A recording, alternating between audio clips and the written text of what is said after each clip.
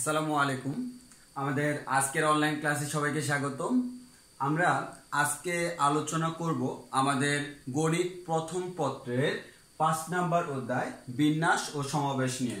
আমরা বিন্যাস ও সমাবেশ এই অধ্যায়টা ধাপে ধাপে শুরু করব এবং আমরা ধাপে ধাপে এই অধ্যায়ে সবগুলা ম্যাথ করব এবং আমাদের আশা করি ক্লাসগুলো যদি আমাদের একটার পর একটা সিরিয়ালি করা হয় তাহলে কোনো টপিকসে কারো কোনো প্রবলেম হওয়ার কথা না।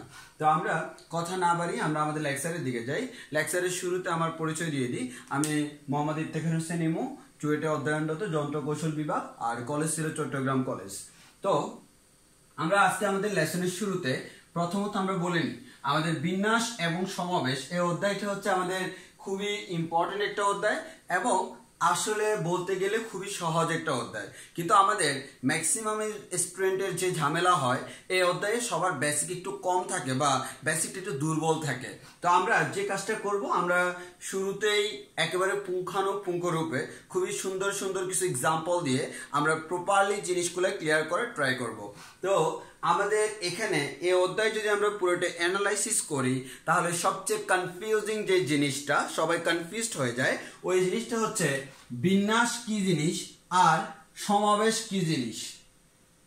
এবং অনেকে মনে করে বিন্যাস এবং সমাবেশ সেম জিনিস। আমি বলবো বিন্যাস এবং সমাবেশ এক্স্যাক্টলি সেম জিনিস না, একই ধরনের দুইটি ভিন্ন জিনিস, মানে দেখতে একই হলো আসলে এরা ভিন্ন। তো আমার তাহলে মাথায় আসবে তাহলে বিন্যাস এবং সমাবেশের বেসিক পার্থক্যটা কোন জায়গায়, এবং কোনো একটা ম্যাথ দিল এটা আমি বিন্যাস নাকি সমাবেশ কিভাবে বুঝবো। তো আমরা আস্তে আস্তে ম্যাথে গেলে আমরা এগুলো বুঝতে পারবো। আমরা শুরুতে তোমাদেরকে কয়েকটি এক্সাম্পল দিয়ে ক্লিয়ার করব আমাদের বিন্যাস কি জিনিস, সমাবেশ কি জিনিস। এই বিন্যাসটাকে আমাদের ইংলিশে বলা হয় পারমুটেশন, এটাকে বলা হয় পারমুটেশন, আর সমাবেশকে আমরা ইংলিশে বলি কম্বিনেশন। তাহলে আমাদের বিন্যাস হচ্ছে পারমুটেশন, কম্বিনেশন হচ্ছে আমাদের সমাবেশ। এই আমাদের বিন্যাসের পারমুটেশনসের পি দ্বারা আমাদের বিন্যাসকে আমরা প্রকাশ করি এবং কম্বিনেশনের সি দ্বারা আমরা সমাবেশকে প্রকাশ করি। এবার আমরা যদি বলি, আমি এক কথায় তোমাকে বলবো ভাইয়া যে আমাকে যদি বলা হয় বিন্যাস এবং সমাবেশ কি জিনিস, আমি বলবো তোমার কাছে অনেকগুলো জিনিস আছে। সাপোজ ফর এক্সাম্পল আমার কাছে দুইটা কলম আছে, হ্যাঁ, এই দুইটা জিনিসকে যতভাবে সাজানো যায়। ফর এক্সাম্পল আমি এই কলমটাকে এ পাশে, এটাকে এ পাশে, আবার উল্টো করে সাজাইতে পারি। তাহলে একটা জিনিসকে আমরা যতভাবে সাজাতে পারি এটাকেই বলি বিন্যাস, আবার এটাকেই বলি সমাবেশ। আমি আবারও বলতেছি, আমাদের অনেকগুলা ভিন্ন ভিন্ন জিনিস থেকে আমরা সবগুলা বা কয়েকটাকে যত প্রকারে সাজানো যায় সেটাই আমার বিন্যাস, সেটাই আমার সমাবেশ। কিন্তু বেসিক পার্থক্যটা কি জিনিস, তাহলে আমি দেখো বিন্যাস সেটা মানে হচ্ছে সাজানো, সমাবেশ সেটা হচ্ছে সাজানো। তাহলে পার্থক্যটা কোন জায়গায়? পার্থক্যটা হচ্ছে বিন্যাস মানে হচ্ছে ক্রম বিবেচনা করে সাজানো, আর সমাবেশ মানে হচ্ছে ক্রম বিবেচনা না করে সাজানো। তাহলে এখানে বললেও ক্রম বিবেচনা করে, আর এখানে বললো ক্রম বিবেচনা না করে। এর মানে আমার ক্রম বা সিকোয়েন্স কার পরে কে আসবে, কার আগে কে গেল, এটা আমার কোনো ফ্যাক্ট যদি না হয় সেটা হচ্ছে আমাদের সমাবেশ। আর যদি এটা ফ্যাক্ট হয় যে কার আগে কে গেল, আমার এ আগে না বি আগে, তখন আমরা যে জিনিসটা করব সেটা হচ্ছে ক্রম বিবেচনা করে, তখন হচ্ছে বিন্যাস। তাহলে আমি আবারও বলতেছি, একেবারে ভালোভাবে মাথায় ঢুকিয়ে রাখো যে ক্রম বিবেচনা করে, যদি আমরা ক্রম বিবেচনা করে তারপর সাজাই সেটা হচ্ছে বিন্যাস, ক্রম বিবেচনা না করে সাজালে সেটা হচ্ছে সমাবেশ। কিন্তু আলটিমেটলি দুইটাই সাজানো। এক জায়গায় আমি ক্রম বিবেচনা করব আর এক জায়গায় ক্রম বিবেচনা করব না। এখন তোমার মনে প্রশ্ন আসতে পারবে, তাহলে আমি আমার ইচ্ছে হলো ক্রম বিবেচনা করলাম, ইচ্ছে হলো করলাম না। আসলে জিনিসটা ওরকম না, এটা সিচুয়েশনের উপর ডিপেন্ডেন্ট। তুমি তোমার কমন সেন্স বলে দিবে কোথায় আমার ক্রম বিবেচনা করা উচিত আর কোথায় ক্রম বিবেচনা করা উচিত নয়। ওকে, তাহলে আমরা একটু সামনের দিকে আগাই, আমরা এক্সাম্পল দিলে তোমাদের কনসেপ্টটা আরো ক্লিয়ার হবে। আমরা কয়েকটি এক্সাম্পল দিয়ে আগাবো। তাহলে 1 নম্বর এক্সাম্পল দেখো, আমাদের কাছে তিনটা সংখ্যা আছে 3, 6, 9। এবার কোশ্চেন করা হলো দুইটি করে সংখ্যা নিয়ে কতগুলো নতুন সংখ্যা গঠন করা যায়। আমরা জানি কোন একটা সংখ্যা তার পাশে আরেকটা সংখ্যা দিলে নতুন একটা সংখ্যা গঠিত হয়।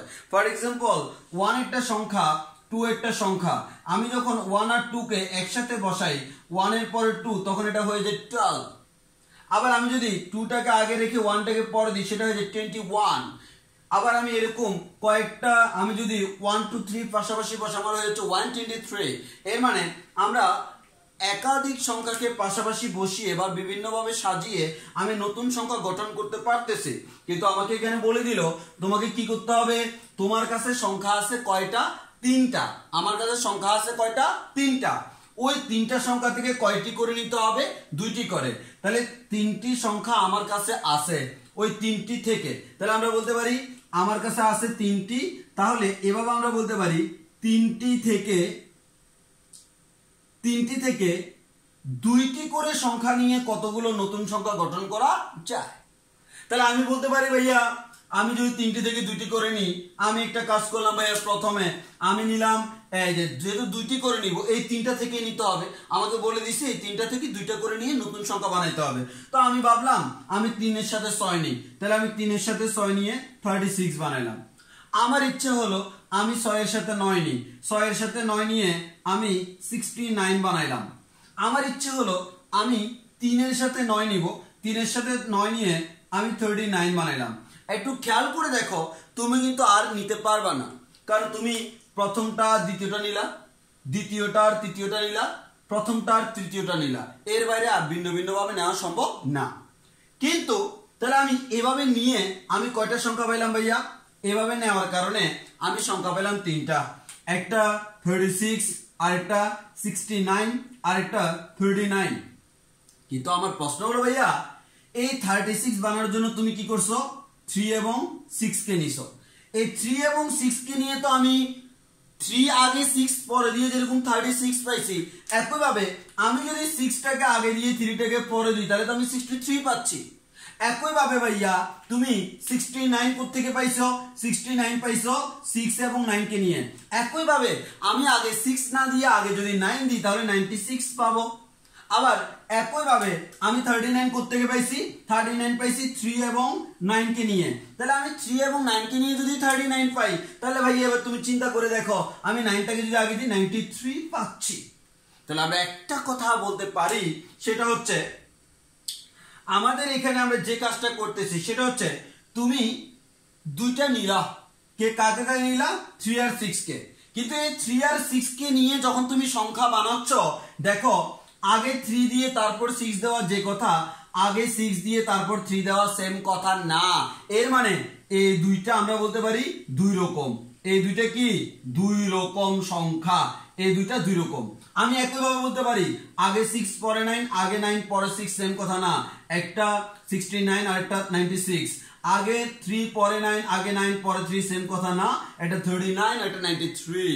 তাহলে আমি যদি বলি ভাইয়া আমাদের এখান থেকে আমি সংখ্যা চুজ করতে পার্সিয়ালটা আলটিমেটলি 3 প্রকারের, কিন্তু এই চুজ করে তাদেরকে যে সাজাইলাম, এদেরকে আমি দুইটা দুইটা করে নিয়ে তাদেরকে যে সাজাইলাম, এই সাজানোর মধ্যে আমার ক্রম বিবেচনা করা লাগছে কিনা? জি ভাইয়া লাগছে। আমার এখানে আমরা বলতে পারি আমার ক্রম বিবেচ্য। এর মানে ক্রম বিবেচনা করা লেগেছে। তাহলে আমরা ক্রম বিবেচনা করছি। এই যে আমার এখানে দেখো, তুমি ক্রম বিবেচনা না করলে হচ্ছে না, কারণ এই দুটো জিনিস এখানে ক্রমটা চেঞ্জ করে দিলে সংখ্যাটা চেঞ্জ হয়ে যাচ্ছে। তাহলে এরকম যদি ক্রম বিবেচ্য হয়, তাহলে তোমরাই বলো এখন যেহেতু ক্রম বিবেচ্য আমি সাজাইছি, কিন্তু সাজাইলে বিন্যাস হইতে পারে, সমাবেশ হইতে পারে। যখন ক্রম বিবেচ্য, এটা কি বিন্যাস নাকি সমাবেশ? অবশ্যই আমরা বলবো ভাইয়া যেহেতু ক্রম বিবেচ্য, অতএব এটা হচ্ছে বিন্যাস। এবং বিন্যাসকে কি দ্বারা প্রকাশ করা হয়? ফি দ্বারা, পারমুটেশন ফি দ্বারা। এবার একটু খেয়াল করো, তাহলে আমার এখানে তাহলে আনসার কত? তাহলে আমি বলতে পারি টোটাল এই জিনিসটা আনসার কত প্রকারে সাজানো যায়? তাহলে আমি বলতে পারি ভাইয়া আমার আনসার হচ্ছে 6, 1 2 3 4 5 6। টোটাল এই 6 প্রকারে সাজানো যায়। আনসার হচ্ছে কত প্রকারে? ভাই আনসার হচ্ছে 6 প্রকারে সাজানো যায়। এখন এই জিনিসটাকে আমাদের বিন্যাসের ভাষায় কিভাবে লেখা হয়। তুমি কয়টা থেকে নিছো বলো তো? 3টা থেকে। তাহলে এই 3টা থেকে কয়টা নিছি ভাইয়া? 2টা করে নিছি। তাহলে 3টা জিনিস আমার ছিল, তার থেকে 2টা করে নিলাম। 2টা করে নিয়ে কি করছি? বিন্যাস না সমাবেশ? বিন্যাস করছি।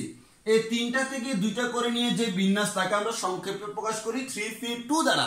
তাহলে 3টি ভিন্ন ভিন্ন জিনিস থেকে আমার 2টি জিনিসকে দেখো 3টি আমার ভিন্ন ভিন্ন, এই 3টি ভিন্ন ভিন্ন জিনিস থেকে 2টি জিনিসকে আমি যত প্রকারে আমি সাজাইলাম তাকে আমরা বলতেছি বিন্যাস। তাহলে যত প্রকারে বিন্যাস করতে পারি তাকে 3P2 দ্বারা প্রকাশ করতে পারি। তাহলে এটার মান কত হওয়া উচিত? কত পাইছি? 6। তাহলে আমরা একটা জিনিস জেনে গেলাম, এটা মুখস্থ করার প্রয়োজন নাই, তোমরা অটোমেটিক আস্তে আস্তে জেনে যাবা। তাহলে 3P2 এর মান হচ্ছে আমাদের 6। তাহলে আমরা একটু দেখি যে নিচের অংশটা দেখা যাচ্ছে কিনা। হ্যাঁ, তাহলে আমাদের পুরো জিনিসটাই খুব সুন্দরভাবে দেখা যাচ্ছে। তাহলে আমাদের এটাকে আমরা বলতেছি কি ভাইয়া? 3P2 ইকুয়ালস টু হচ্ছে 6। এবার তুমি তাহলে কি বুঝলা? যদি আমি ক্রম বিবেচনা করি তাহলে সেটা হচ্ছে বিন্যাস। এবার আসো একটু এক্সাম্পল দেন যেখানে আমার ক্রম বিবেচনা করা লাগে না। এরকম সংখ্যা নিলে তো আমার ক্রম বিবেচনা করা লাগে? জি ভাইয়া লাগে। আমার এরকম আমাদের এরকম ক্রম বিবেচনা করে লাগে। হ্যাঁ, আমি AM লিখলাম, আমার AM হলো, আমি যদি MA লিখি, মা AM আর MA দুটো তো সেম কথা না? এর মানে কে আগে কে পরে সেটা আমার ফ্যাক্ট। তাহলে আমরা বলতে পারি কি কে আগে কে পরে সেটা হচ্ছে আমার খুব বড় একটা ফ্যাক্ট। তাহলে এবার আসো, আমাদের ক্রম বিবেচনা করা হয় না এমন জিনিস তো প্রকৃতি আছে, না থাকলে তো আমরা করতাম না। হ্যাঁ, আসো আমরা খুব সুন্দর একটা এক্সাম্পল দিই। আমাদের বাংলাদেশ, আফগানিস্তান এবং জিম্বাবুয়ে এই 3টা দলের মধ্যে ত্রিদেশীয় সিরিজ চলতেছে। তাহলে বাংলাদেশ, আফগানিস্তান, জিম্বাবুয়ে 3টা দেশের মধ্যে ত্রিদেশীয় সিরিজ আমাদের চলতেছে।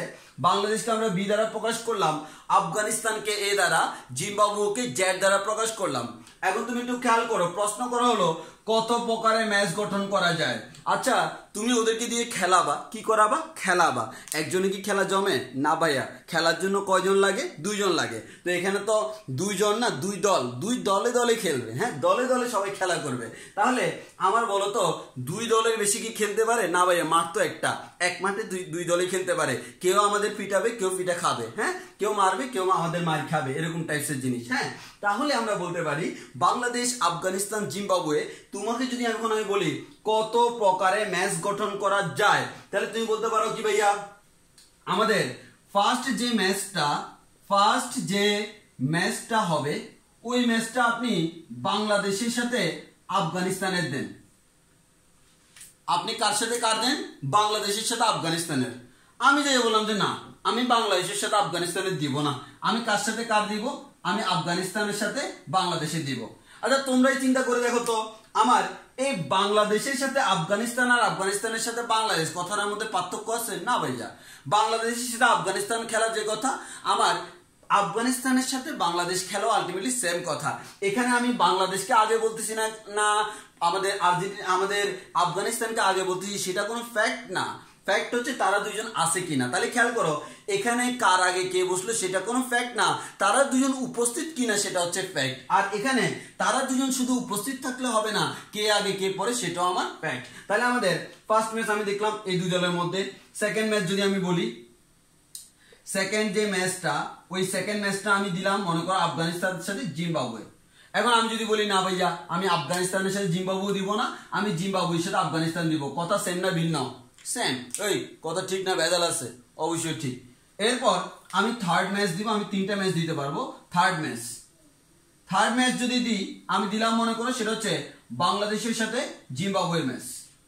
খুবই উত্তেজনাপূর্ণ খেলা, তাই না? তাহলে বাংলাদেশের সাথে জিম্বাবুয়ের খেলা, আবার জিম্বাবুয়ের সাথে বাংলাদেশের খেলা, কথা তো সেম।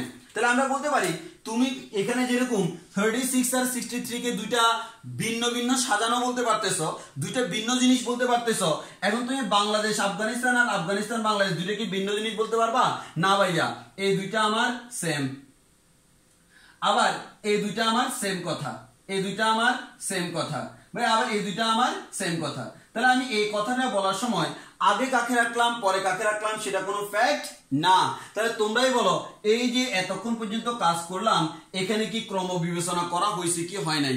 না ভাইয়া, আমার ক্রম বিবেচনা করা হয় নাই। তাহলে আমরা বলতে পারি, এটাকে আমরা এক কথায় বলতে পারি ভাইয়া, এটা হচ্ছে আমার কেমন, এটা হচ্ছে ক্রম অবিবেচ্য।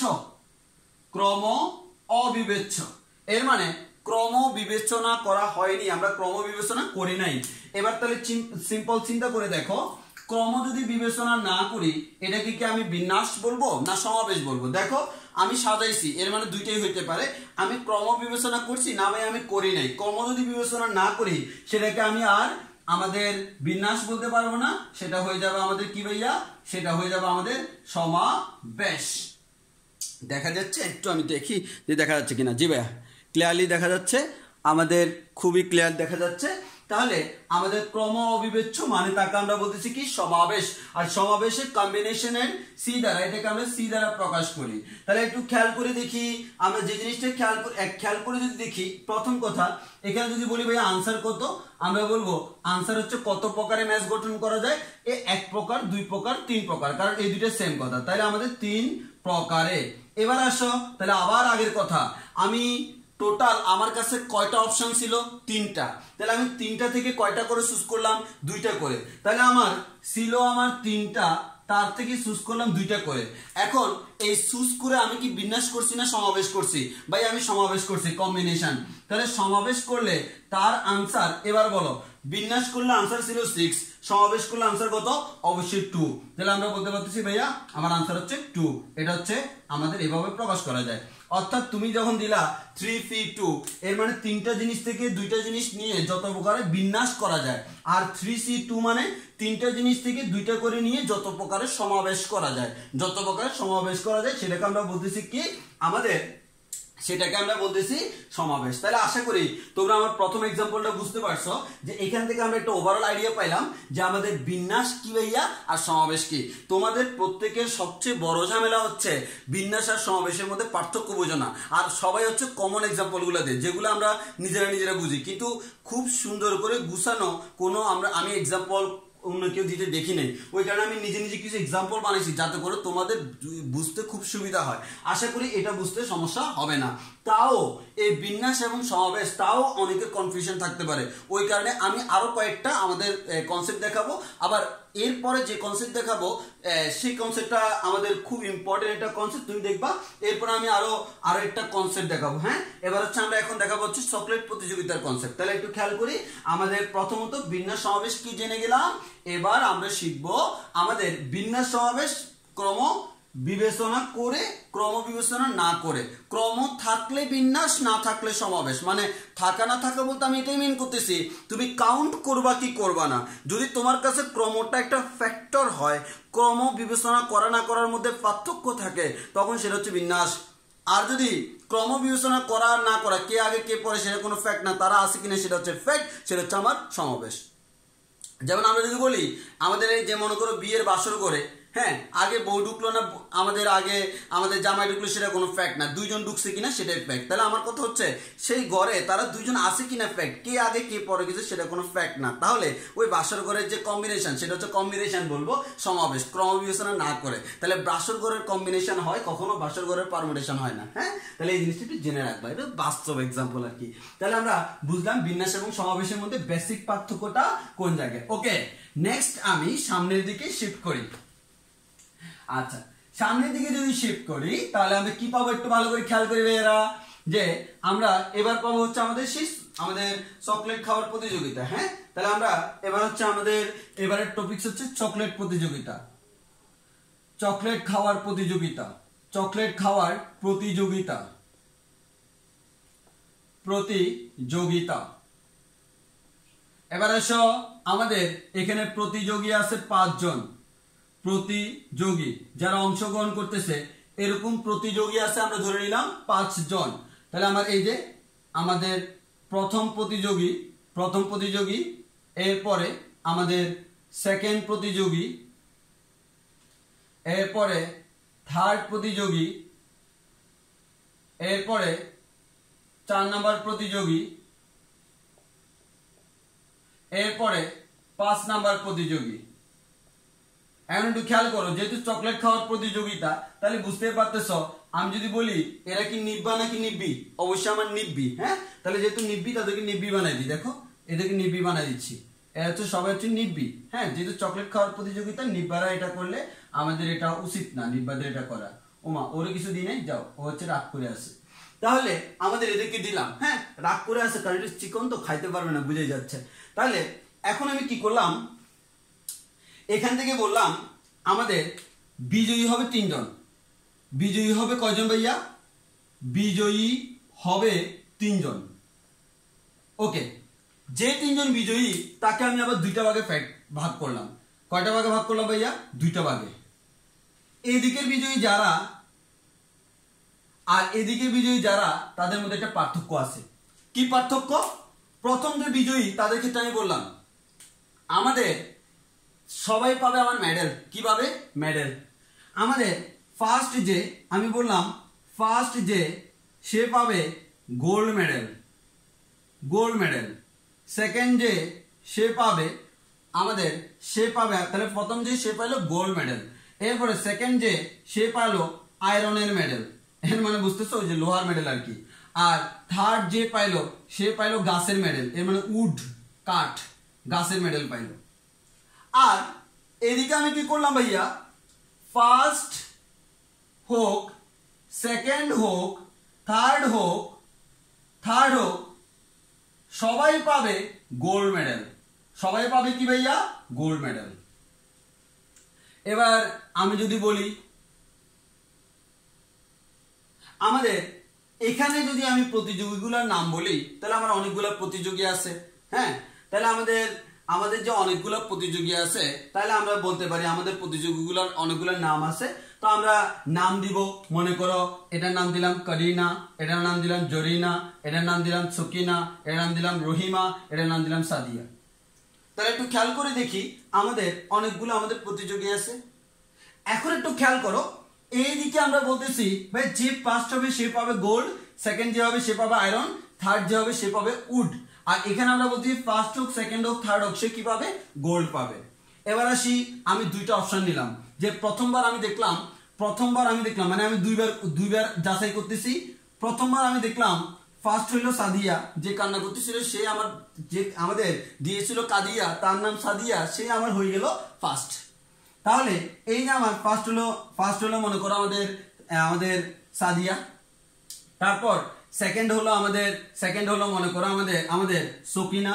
আর থার্ড হলো আমাদের মনে করো জরিনা।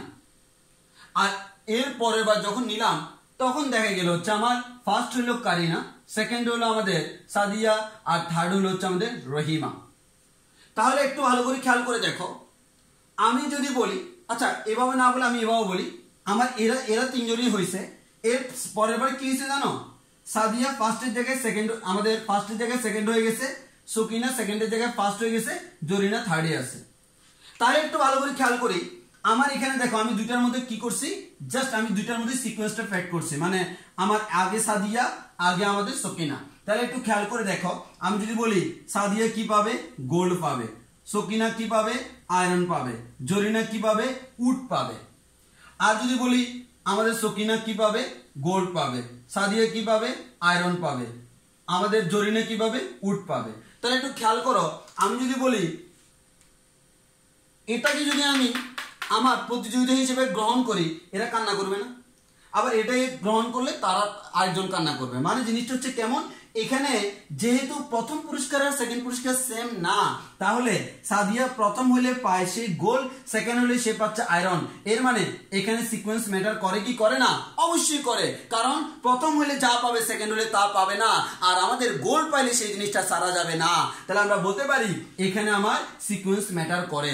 সিকোয়েন্স যেহেতু ম্যাটার করে, আমরা এটা কি বলতে পারবো? বিন্যাস। যেহেতু কে আগে কে পরে সেটা হচ্ছে ফ্যাক্ট, অতএব এটা হচ্ছে আমার বিন্যাস। তাহলে চকলেট প্রতিযোগিতায় যদি আমার আনসার, আমাদের পুরস্কার যদি 3 জনকে আমি দিই, ওই 3টা যদি ভিন্ন ভিন্ন পুরস্কার হয়, তাহলে সেটা কখনো সমাবেশ হবে না, সেটা হবে কি? বিন্যাস। কারণ এখানে কে ফার্স্ট কে সেকেন্ড সেটা হচ্ছে বড় একটা ফ্যাক্ট, কারণ একটু উল্ট পাল্ট হলে আমার পুরস্কারগুলো এক্সচেঞ্জ হয়ে যায়।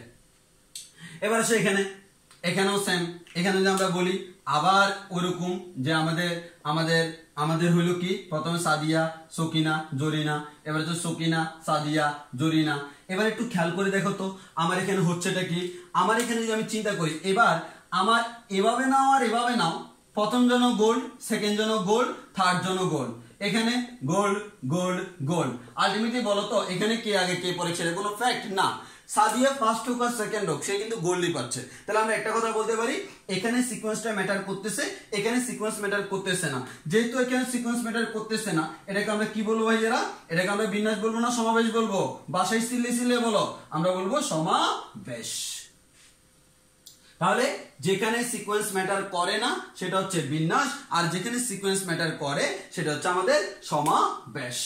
এই জিনিসগুলো আমাকে খুব ভালো করে মাথায় রাখতে হবে। ওকে, এবার আসি। তাহলে আমরা যে জিনিসটা পাইলাম, আমাদের বিন্যাস এবং সমাবেশের বেসিক পার্থক্যটা পেয়ে গেলাম। এবার তোমরা যদি আমাদের সিলেবাস দেখো, আমাদের সিলেবাস অনুযায়ী তোমরা পাবা কি ভাইয়া, আমরা ফলো করবো হচ্ছে অক্ষরপত্র বইটা। ওই অক্ষরপত্র বই অনুযায়ী আর আমার শীট অনুযায়ী, অক্ষরপত্র বই এবং আমার শীট অনুযায়ী 5A তে আমরা রেখেছি বিন্যাস। এর মানে 5A করব আমরা শুধুমাত্র বিন্যাস, এবং 5B তে আমরা করব সমাবেশ। কিন্তু ওই যে বললাম আমাদের সবাই ঝামেলা করে কোনটা বিন্যাস কোনটা সমাবেশ সেটা নিয়ে, ওই কারণে আমি শুরুতে বিন্যাস সমাবেশ একসাথে শুরু করছি। কিন্তু ম্যাথ করানোর সময় আমরা শুধু বিন্যাস করাবো, দেন সমাবেশ করাবো। অর্থাৎ আমরা বিন্যাস সমাবেশের পার্থক্য অলরেডি করে ফেলছি। দেন আমরা যখন সামনে প্রসিড করব, এরপরে যখন প্রসিড করব আমরা আর সমাবেশ নিয়ে কথা বলবো না। এর মানে এখন আমাদের টপিক হচ্ছে কি, বিন্যাস। এবার আমরা শুধুমাত্র বিন্যাস নিয়ে আলোচনা করব। এবার আসো, যদিও বিন্যাসটা করলে সমাবেশটা অনেকটুকু ইজি হয়ে যাবে, তবে আমাকে পার্থক্য বুঝতে হবে যে কোনটা বিন্যাসের ম্যাথ কোনটা সমাবেশের ম্যাথ, কোন কি দেখে আমি বুঝতেছি বিন্যাস, কি দেখে আমি বুঝতেছি সমাবেশ, কখন আমি বিন্যাস করতেছি কখন আমি সমাবেশ করতেছি।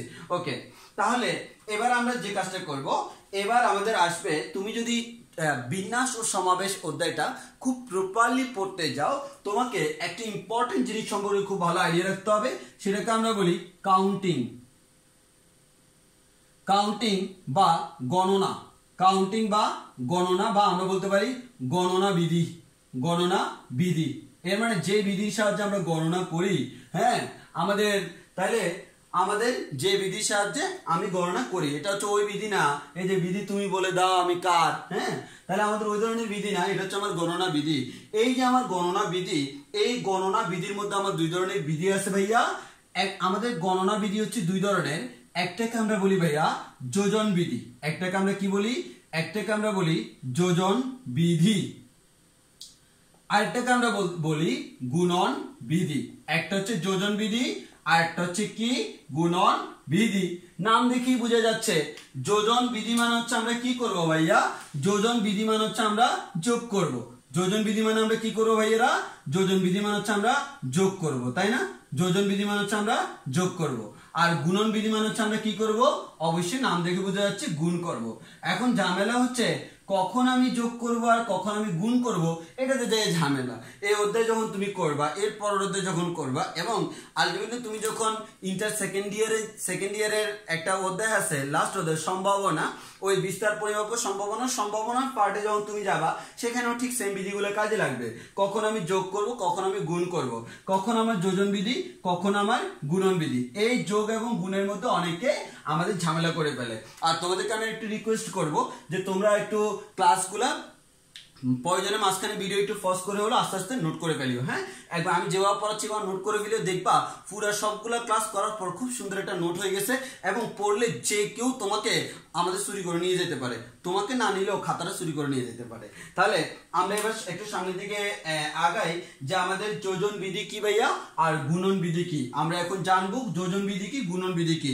আমরা কখনো মুখস্থ বিদ্যাতে বিশ্বাসী না, আমরা এখানে হ্যাঁ অনেক সময় মুখস্থ করবো, তবে আগে থিমটা বুঝতে হবে, থিম বুঝে মুখস্থ করবো। হ্যাঁ তাহলে আমরা যে কাজটা করি সেটা হচ্ছে প্রথমে আমরা যোজন বিধি এক্সাম্পল দিয়ে করব, দেন গুণন বিধি করব, তাও আমরা এক্সাম্পল দিয়ে করব। এর মানে আমরা যাই করি না কেন সবকিছু এক্সাম্পল দিয়ে দিয়ে আমরা করে যাব। ওকে, নেক্সট সামনের দিকে আগাই। তাহলে এবার আমরা প্রথমত ভাইয়া পড়ব আমাদের যোজন বিধি। তাহলে আমরা প্রথমে যে বিধিটা পড়ব তার নাম হচ্ছে যোজন বিধি। বুঝতে পারতেছো যোজন বিধি হচ্ছে এমন একটা বিধি বা এমন একটা নীতি যে নীতির সাহায্যে আমরা যোগ করি, অর্থাৎ সে আমাকে বলে দেয় যেটা হচ্ছে আমাদের সে আমাকে বলে দেয় সেটা হচ্ছে কি করতে হবে, যোগ করতে হবে নাকি গুণ করতে হবে। যদি সে আমাকে বলে দেয় ভাইয়া যোগ করতে হবে, দ্যাট মিনস ওই নিয়মটা হচ্ছে যোজন বিধি, আর যদি সে বলে দেয় গুণ করতে হবে সেই নিয়মটা হচ্ছে গুণন বিধি। বাট আমাদের ঝামেলা হচ্ছে ভাই আমরা কখন বলবো যোজন বিধি, কখন বলবো গুণন বিধি। এখন মনে করো আমি এটা বোঝানোর জন্য একটা কাজ করি। আমি ধরে নিলাম আমার কাছে 3টা কলম এবং 2টা মার্কার আছে, তাহলে আমি কি বললাম আমার কাছে কি আছে, আমার কাছে কি আছে ভাইয়া, আমার কাছে কি আছে, ওই কি আছে, হ্যাঁ আমার কাছে অনেক কিছু আছে, আমি দিব না। হ্যাঁ আমার কাছে আমি জাস্ট এখানে যে জিনিসটা চিন্তা করবো সেটা হচ্ছে 3টি কলম ও 2টি মার্কার আছে, 3টি কলম ও 2টি মার্কার আছে। ওই যে আমার কাছে যে 3টি কলম আছে না ভাইয়া, আমার কাছে যে 3টি কলম আছে ওই 3টি কলমকে আমি নামকরণ করলাম পেন 1, পেন 2, পেন 3, কলম 1, কলম 2, কলম 3। আমার কাছে যে 2টা মার্কার আছে, 2টি মার্কার, ওই 2টি মার্কারকে আমি নাম করলাম আমাদের marker 1, M for marker, 1 for 1, marker 1 and marker 2। তাহলে আমার কাছে 3টা কলম আছে, তাদের নাম হচ্ছে পেন 1, পেন 2, পেন 3। আমার কাছে 2টা মার্কার আছে, তার নাম হচ্ছে মার্কার 1 এন্ড মার্কার 2। তাহলে এবার আমি তোমাকে একটা প্রশ্ন করলাম, হ্যাঁ আমি তোমাকে প্রশ্ন করলাম, তাহলে এই দেখো এখানে কিন্তু আমার 3টা কলম আমার কাছে আছে, 2টা মার্কার তাও আমার কাছে আছে। এখন আমি বললাম তোমাকে একটি কলম অথবা একটি মার্কার কত ভাবে নেওয়া যাবে। তাহলে এখানে যতগুলা কলম মার্কার আছে এখান থেকে একটি কলম, তাহলে কি বললাম ভাইয়া, একটি কলম ও একটি মার্কার, একটি কলম ও একটি মার্কার কত ভাবে নেওয়া যাবে। বললাম কি একটি কলম এবং একটি মার্কার কত ভাবে নেওয়া যাবে। তাহলে একটি কলম এবং একটি মার্কার কত ভাবে নেওয়া যাবে যখন আমাকে বললো, তখন আমি কি করলাম দেখো, তাহলে আমি যদি বলি তোমার কি করতে হবে বলো তো, একটি কলম নিতে হবে এবং আমাদের একটি কলম ও বা আমাদের একটি কলম অথবা একটি মার্কার, হ্যাঁ একটি কলম অথবা একটি মার্কার কত ভাবে নেওয়া যাবে।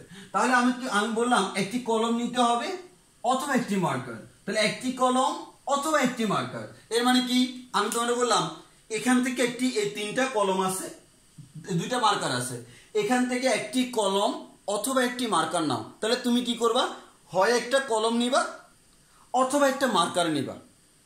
তাহলে একটা আমাদের কি করতে পারো তুমি ভাইয়া, যেহেতু আমার কলম মার্কার যে কোনো কিছু নিলে হয়, টোটাল কলম মার্কার আছে কয়টা, 5টা, তাহলে আমি 5টাকে রেখে হাতে যেটা ওটা একটা নিলেই তো হচ্ছে। আমার 5টা কলম মার্কার এক জায়গায় রাখলাম, তার থেকে যদি আমি একটা নিই সেটা হচ্ছে আমার কি কলম হইতে পারে, মার্কার হইতে পারে। তো আমি তো বলছি কলম অথবা মার্কার, তাহলে আমার এই 5টা থেকে কতটুকু নেওয়া যায়, 5টুকু। আমার কথা হচ্ছে 5 বার আমি 5টা নিতে পারি। মনে করো লাল কলম, নীল কলম, কালো কলম, এটা লাল মার্কার আর এটা হচ্ছে কালো মার্কার, তাহলে আমার 5টা হচ্ছে ভিন্ন ভিন্ন না। তাহলে 5টা থেকে আমি লাল কলম নেওয়া নীল কলম নেওয়া সেম কথা না। তাহলে আমরা একটা কথা বলতে পারি ভাইয়া, আমি 5টা জিনিস থেকে যে কোনো একটা কত প্রকারে নিতে পারি, 5 প্রকারে। আমি হয়তো নিলাম প্রথম কলমটা অথবা দ্বিতীয় কলমটা অথবা তৃতীয় কলমটা অথবা আমাদের 1 নম্বর মার্কারটা অথবা 2 নম্বর মার্কারটা। এর মানে টোটাল অপশন আছে কয়টা আমার কাছে, 5টা। তাহলে আমি যদি বলি একটি কলম অথবা একটি মার্কার কত ভাবে নেওয়া যাবে, আমি আনসার দিব ভাইয়া 5 ভাবে নেওয়া যাবে। আমি আনসার দিব কি 5 ভাবে নেওয়া যাবে, 5 ভাবে নেওয়া যাবে। এখন 5 ভাবে নেওয়া যাবে, এটা হচ্ছে আমি থিওরিটিক্যালি ডাইরেক্টলি আমি বলে পেলাম যে এখান থেকে আমি খুব ইজিলি নিয়ে নিতে পারবো। এখন আসো আমি এখানে বিডি অ্যাপ্লাই করি। বিডি অ্যাপ্লাই করলে এখানে টোটাল কয় ধরনের জিনিস আছে, 2 ধরনের। কিছু জিনিস হচ্ছে যার নাম হচ্ছে কলম, আর কিছু জিনিস আছে যার নাম হচ্ছে মার্কার। তাহলে আমি কলমগুলোকে নাম দিলাম কলম P1, কলম P2, কলম P3, আর মার্কার গুলোকে নাম দিলাম মার্কার 1, মার্কার 2। তাহলে আমার এই যে আমার কলমগুলা, এই 3টা কলম থেকে একটা কলম, আমার 3টা কলম থেকে একটি কলম, যে আমার 3টা কলম আছে, 3টি কলম থেকে একটি কলম কত প্রকারে নেওয়া যায়? অবশ্যই 3 প্রকারে নেওয়া যায়। তাহলে আমি 3টি থেকে একটি 3 প্রকারে নিতে পারবো। কিভাবে? হয় প্রথম কলমটা নিলাম, অথবা দ্বিতীয় কলমটা, অথবা তৃতীয় কলমটা, যে কোনো একটা নিলে তো হচ্ছে, আমি তো একটা নিব। তাহলে আমি এখান থেকে 3টে থেকে একটা কত প্রকারে নিতে পারবো ভাইয়া? 3 প্রকারে। 3 প্রকারে। এবার যদি আমি তোমাকে প্রশ্ন করি ভাইয়া, আমার 2টা মার্কার থেকে একটা মার্কার কত প্রকারে নেওয়া যায়? ভাইয়া অবশ্যই সিম্পল 2 প্রকারে। কেন? হয় প্রথমটা নিব, না হয় দ্বিতীয়টা নিব। হ্যাঁ, এটা না হয় এটা, 2টা প্রকার। তাহলে আমার কয় প্রকারে নেওয়া যায়? 2 প্রকারে। তাহলে আমরা বললাম আমার কলম, আমাদের আছে 2 ধরনের জিনিস, কলম এবং মার্কার। যে কলমগুলো আছে, কলমগুলো থেকে যে কোনো একটা কলম নেওয়া যায় 3 প্রকারে, আর মার্কারগুলো থেকে যে কোনো একটা মার্কার নেওয়া যায় 2 প্রকারে। তাহলে এই 2টা ভিন্ন ভিন্ন প্রকার, তাদেরকে কি করলে 5 প্রকার হয়? কারণ আমার আনসার তো 5 প্রকার। তাহলে বুঝতেই পারতেছ, এই 2টাকে যদি যোগ করি তাহলে যোগফল আমাদের হয় ভাইয়া 5 প্রকারে।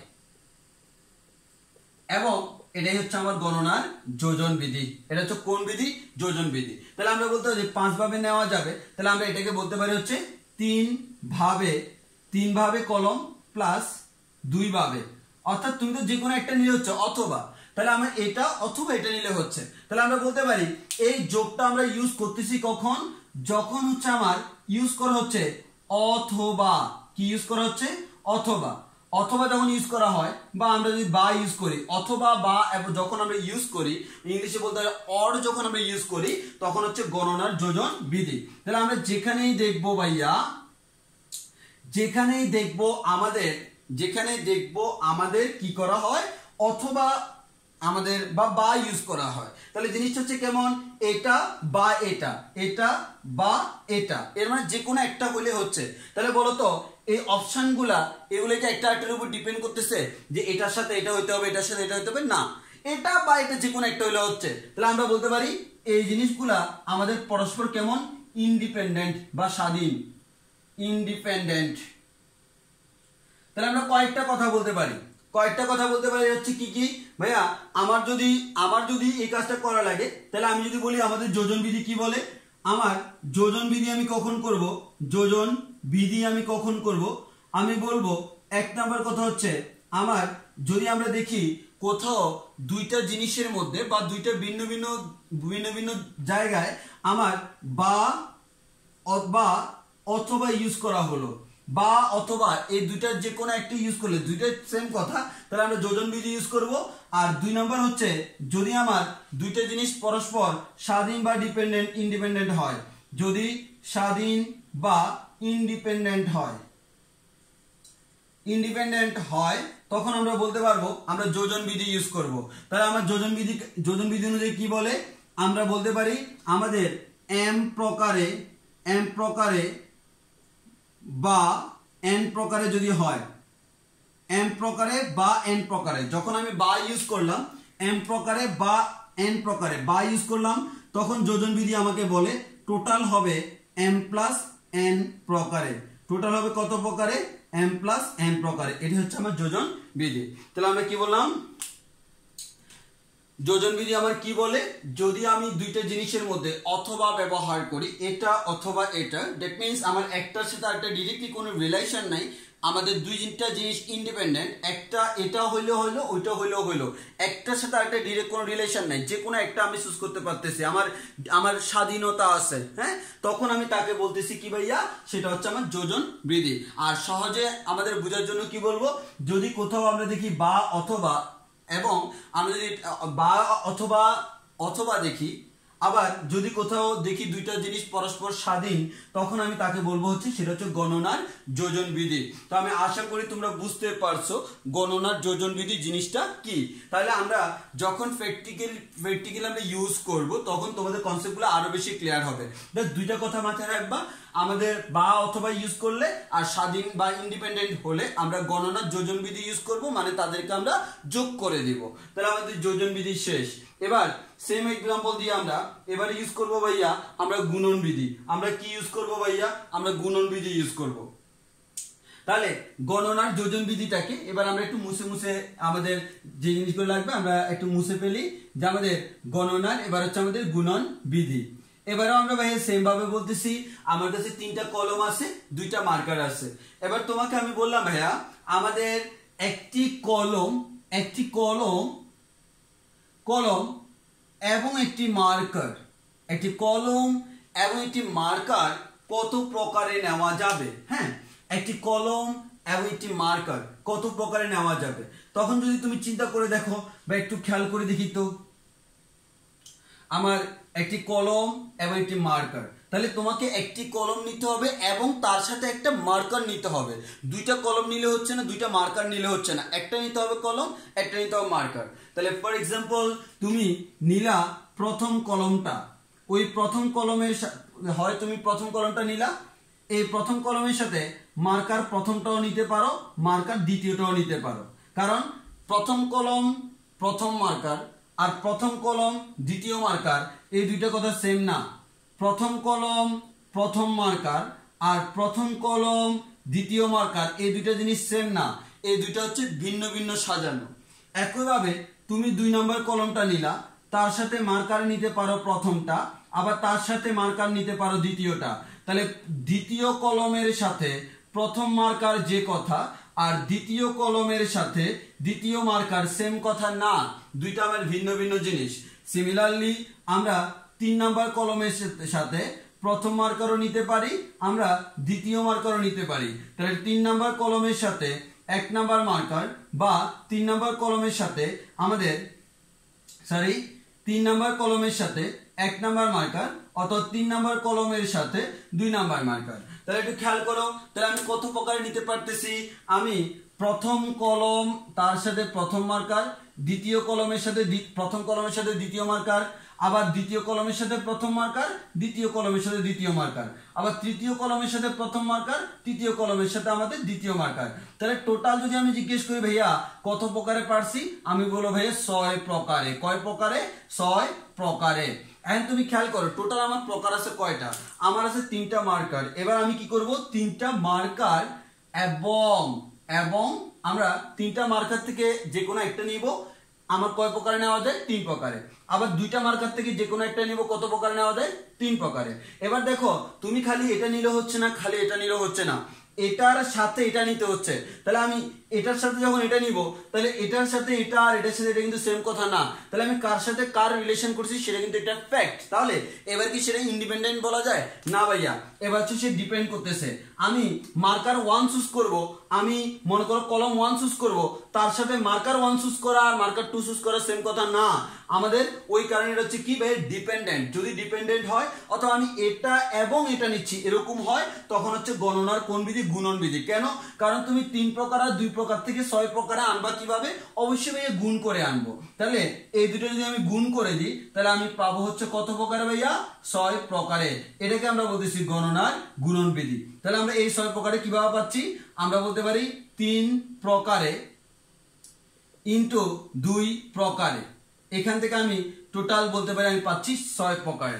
তাহলে আমরা বলতে পারি কি, আমাদের যদি কখনো আমাদের এবং ইউজ হয় তখন আমি বলতে পারবো গুণন বিধি, যদি কখনো ডিপেন্ডেন্ট হয় তখন হচ্ছে গুণন বিধি। তাহলে আমি বলতে পারি আমাদের যদি কখনো ও ইউজ হয় অথবা এবং ইউজ হয়, অথবা আমার এটা স্বাধীন না হয়ে এবার যদি অধীন হয়, এবার যদি একটা আরেকটার উপর অধীন হয় বা একটা আরেকটার উপর ডিপেন্ড করে, আমরা বলতে পারি যাকে ইংলিশে ডিপেন্ডেন্ট। যদি এটা ডিপেন্ডেন্ট হয় তখন আমি তাকে বলবো কোন বিধি ভাইয়া?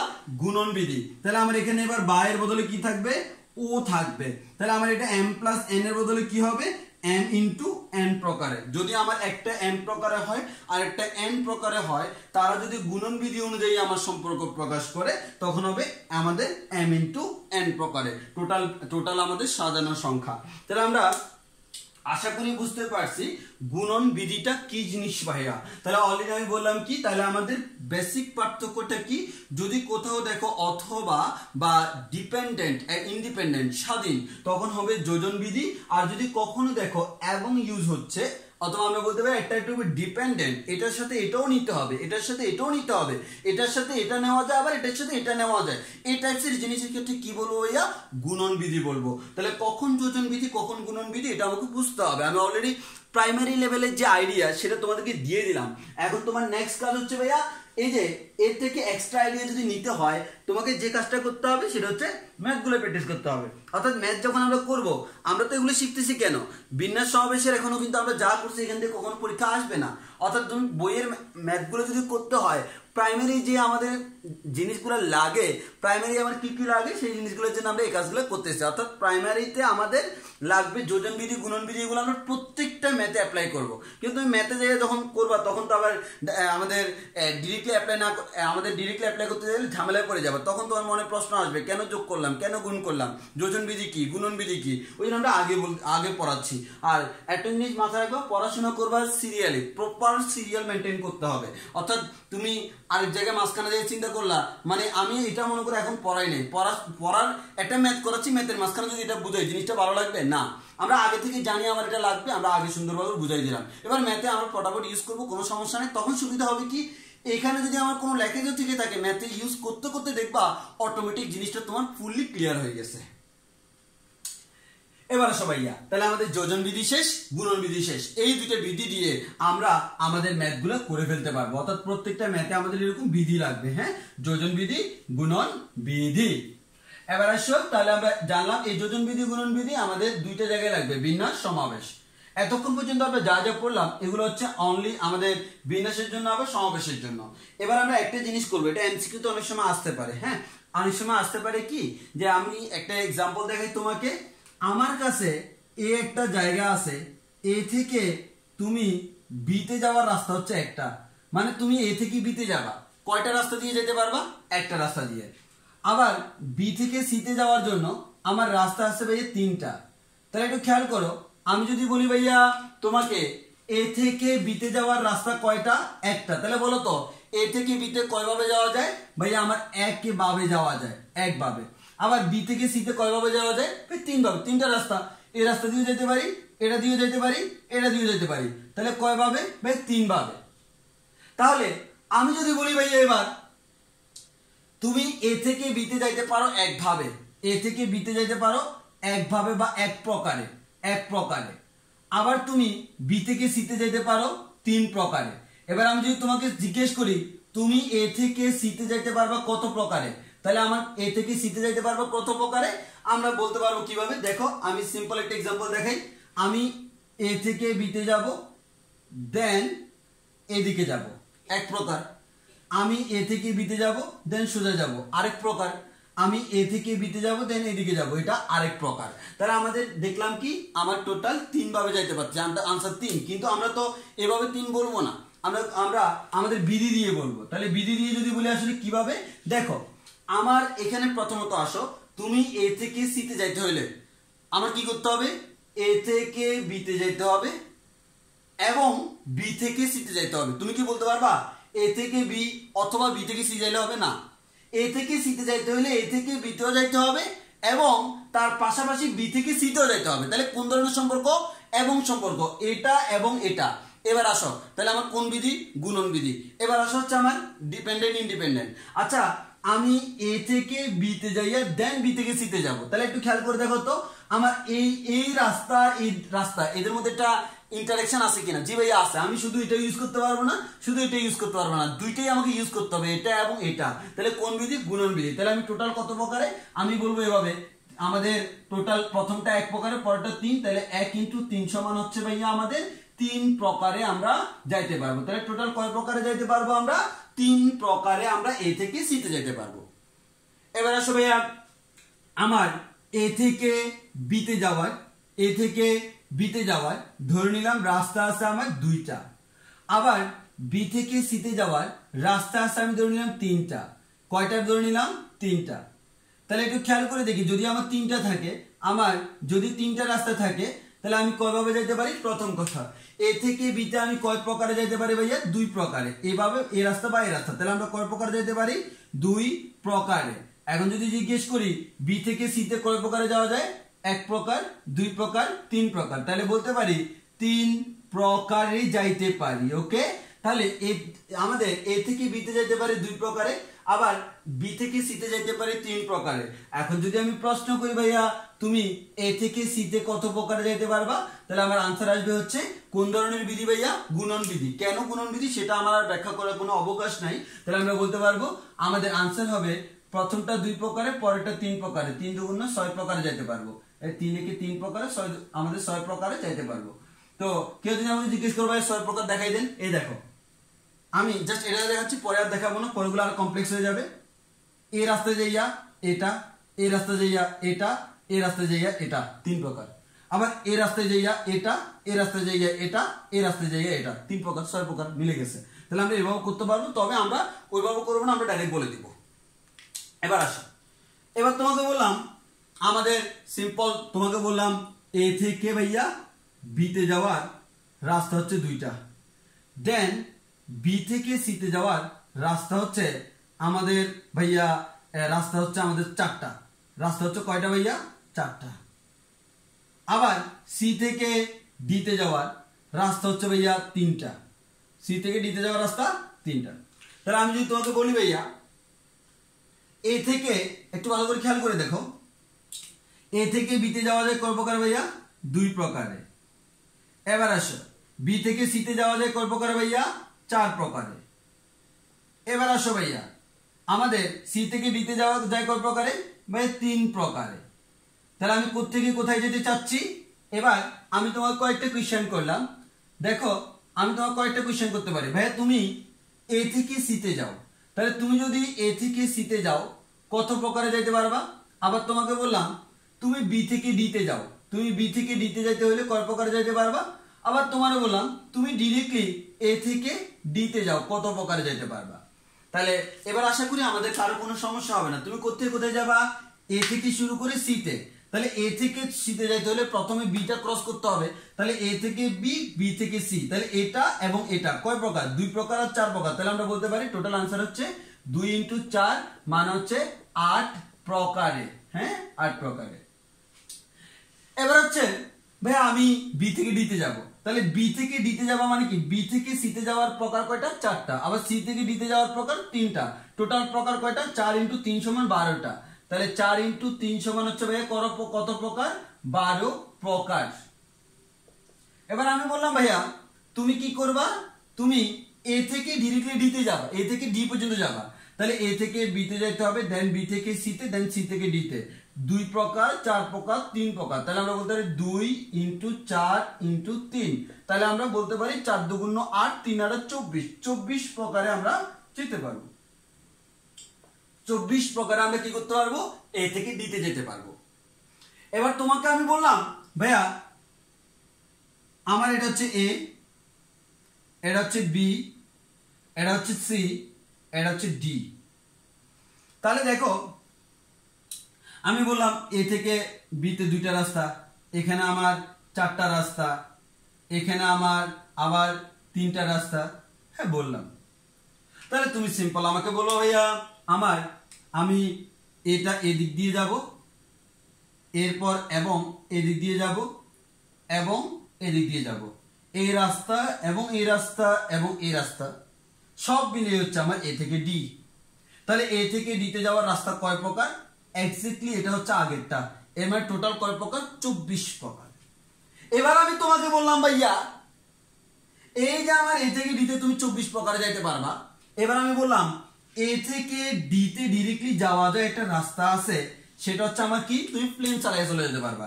তোমার কাছে একটা বিমান আছে, তুমি রাস্তা দিয়ে না যাইয়া তুমি কি করলা? বিমানে করে ডাইরেক্ট এ থেকে ডিতে চলে গেলা। তাহলে এবার দেখো, এবার আমার প্রশ্ন হলো আমি যদি জাস্ট এটা করতাম ভাইয়া, আমি যদি ভাইয়া এই এতটুকু অংশ নিই, আমার কত প্রকার ভাইয়া? 24 প্রকার। তাহলে নতুন একটা প্রকার অ্যাড হয়েছে না? জি ভাইয়া অ্যাড হয়েছে। আচ্ছা বলেন তো এবার আমি কি বলবো? এই 24 প্রকারে যাওয়া যায়। হ্যাঁ, তুমি এটাও এই 24 প্রকারে ইউজ করতে পারবা, অথবা খালি এটাও ইউজ করতে পারবা। তাহলে আমি এখানে কি আমার অনেকগুলোর মধ্যে রিলেশন আছে যে এই রাস্তা এবং এই রাস্তা এবং এই রাস্তা? না। তাহলে রিলেশন আছে এদের মধ্যে, যাদের মধ্যে রিলেশন আছে বা যারা ডিপেন্ডেন্ট তাদেরটা ক্যালকুলেশন করলাম 24 প্রকারে। আরেকটা হচ্ছে ডাইরেক্ট খাড়া বিমানের রাস্তা। এই বিমানের রাস্তাটা কয় প্রকারে? 1 প্রকারে। দেখো এই বিমানের রাস্তাটা হচ্ছে আমাদের সম্পূর্ণ কি ইন্ডিপেন্ডেন্ট বা স্বাধীন, এটা কারোর উপর ডিপেন্ড করে না। যেমন তুমি এখানে যাইতে হলে অনেকগুলো পথের উপর ডিপেন্ড করে, বাট এখানে অনলি একটা পথ, তাহলে আমরা বলতে পারবো এটা কয় প্রকার, 24 প্রকার, এটা কয় প্রকার, 1 প্রকার। এবার কি করব, এবার এ থেকে যদি আমি ডিতে যাইতে চাই, এবার আমার প্রকার কয়টা, এবার প্রকার হচ্ছে ভাইয়া ওইখানে ছিল 24 প্রকার প্লাস 24 প্রকার প্লাস বর্তমানে 1 প্রকার সমান 25 প্রকারে যাওয়া যায়। তাহলে দেখো আমি সেই গুণনের মধ্যে আবার যোজন বিধি করে দিলাম। তাহলে আশা করি তোমরা যোজন বিধি এবং গুণন বিধি সম্পর্কে খুব ভালো একটা এক্সাম্পল, খুব ভালো কিছু আইডিয়া পাইছো যে আমাদের যোজন বিধি কি জিনিস, আমাদের গুণন বিধি কি জিনিস আমরা বলতে পারি। খুব ভালো আমাদের আইডিয়া হয়েছে। হ্যাঁ, আমরা এখান থেকে বলতে পারবো এখন আমি কখন যোগ করব, কখন গুণন করব। এবং এই যে দেখতেছো জিনিসটা, এই জিনিসটা পরীক্ষার জন্য আসলে খুব বেশি ইম্পর্টেন্ট। হ্যাঁ, আমরা এই যে জিনিসটা দেখতেছি এটা পরীক্ষার জন্য খুব বেশি ইম্পর্টেন্ট, যে আমাদের এটা পরীক্ষা আসতে পারে যে আমাদের যোজন বিধি কি, গুণন বিধি কি, এবং এই যে রাস্তার ম্যাথগুলো, এই রাস্তার ম্যাথগুলো অনেক সময় এমসিকিউতে আসতে পারে। হ্যাঁ, তখন আমি আশা করি আমার ক্লাসটা করার পর কারো আর কোনো সমস্যা হবে না এই জিনিসগুলা ব্যাখ্যা করতে, কখন যোগ কখন গুণ। ওকে, তাহলে আমরা আমাদের যোজন বিধি এবং গুণন বিধি এই পুরোটা আমরা পারফেক্টলি কভার করলাম। তাহলে আমাদের যোজন বিধি আর গুণন বিধিতে ইনশাআল্লাহ আর কোনো সমস্যা হবে না, আমরা খুব সুন্দর করে যোজন বিধি এবং গুণন বিধি ব্যবহার করতে পারবো। এবার আসো আমরা যে কাজটা করতেছি, আমরা বলতেছি n সংখ্যক জিনিস থেকে, n সংখ্যক জিনিস থেকে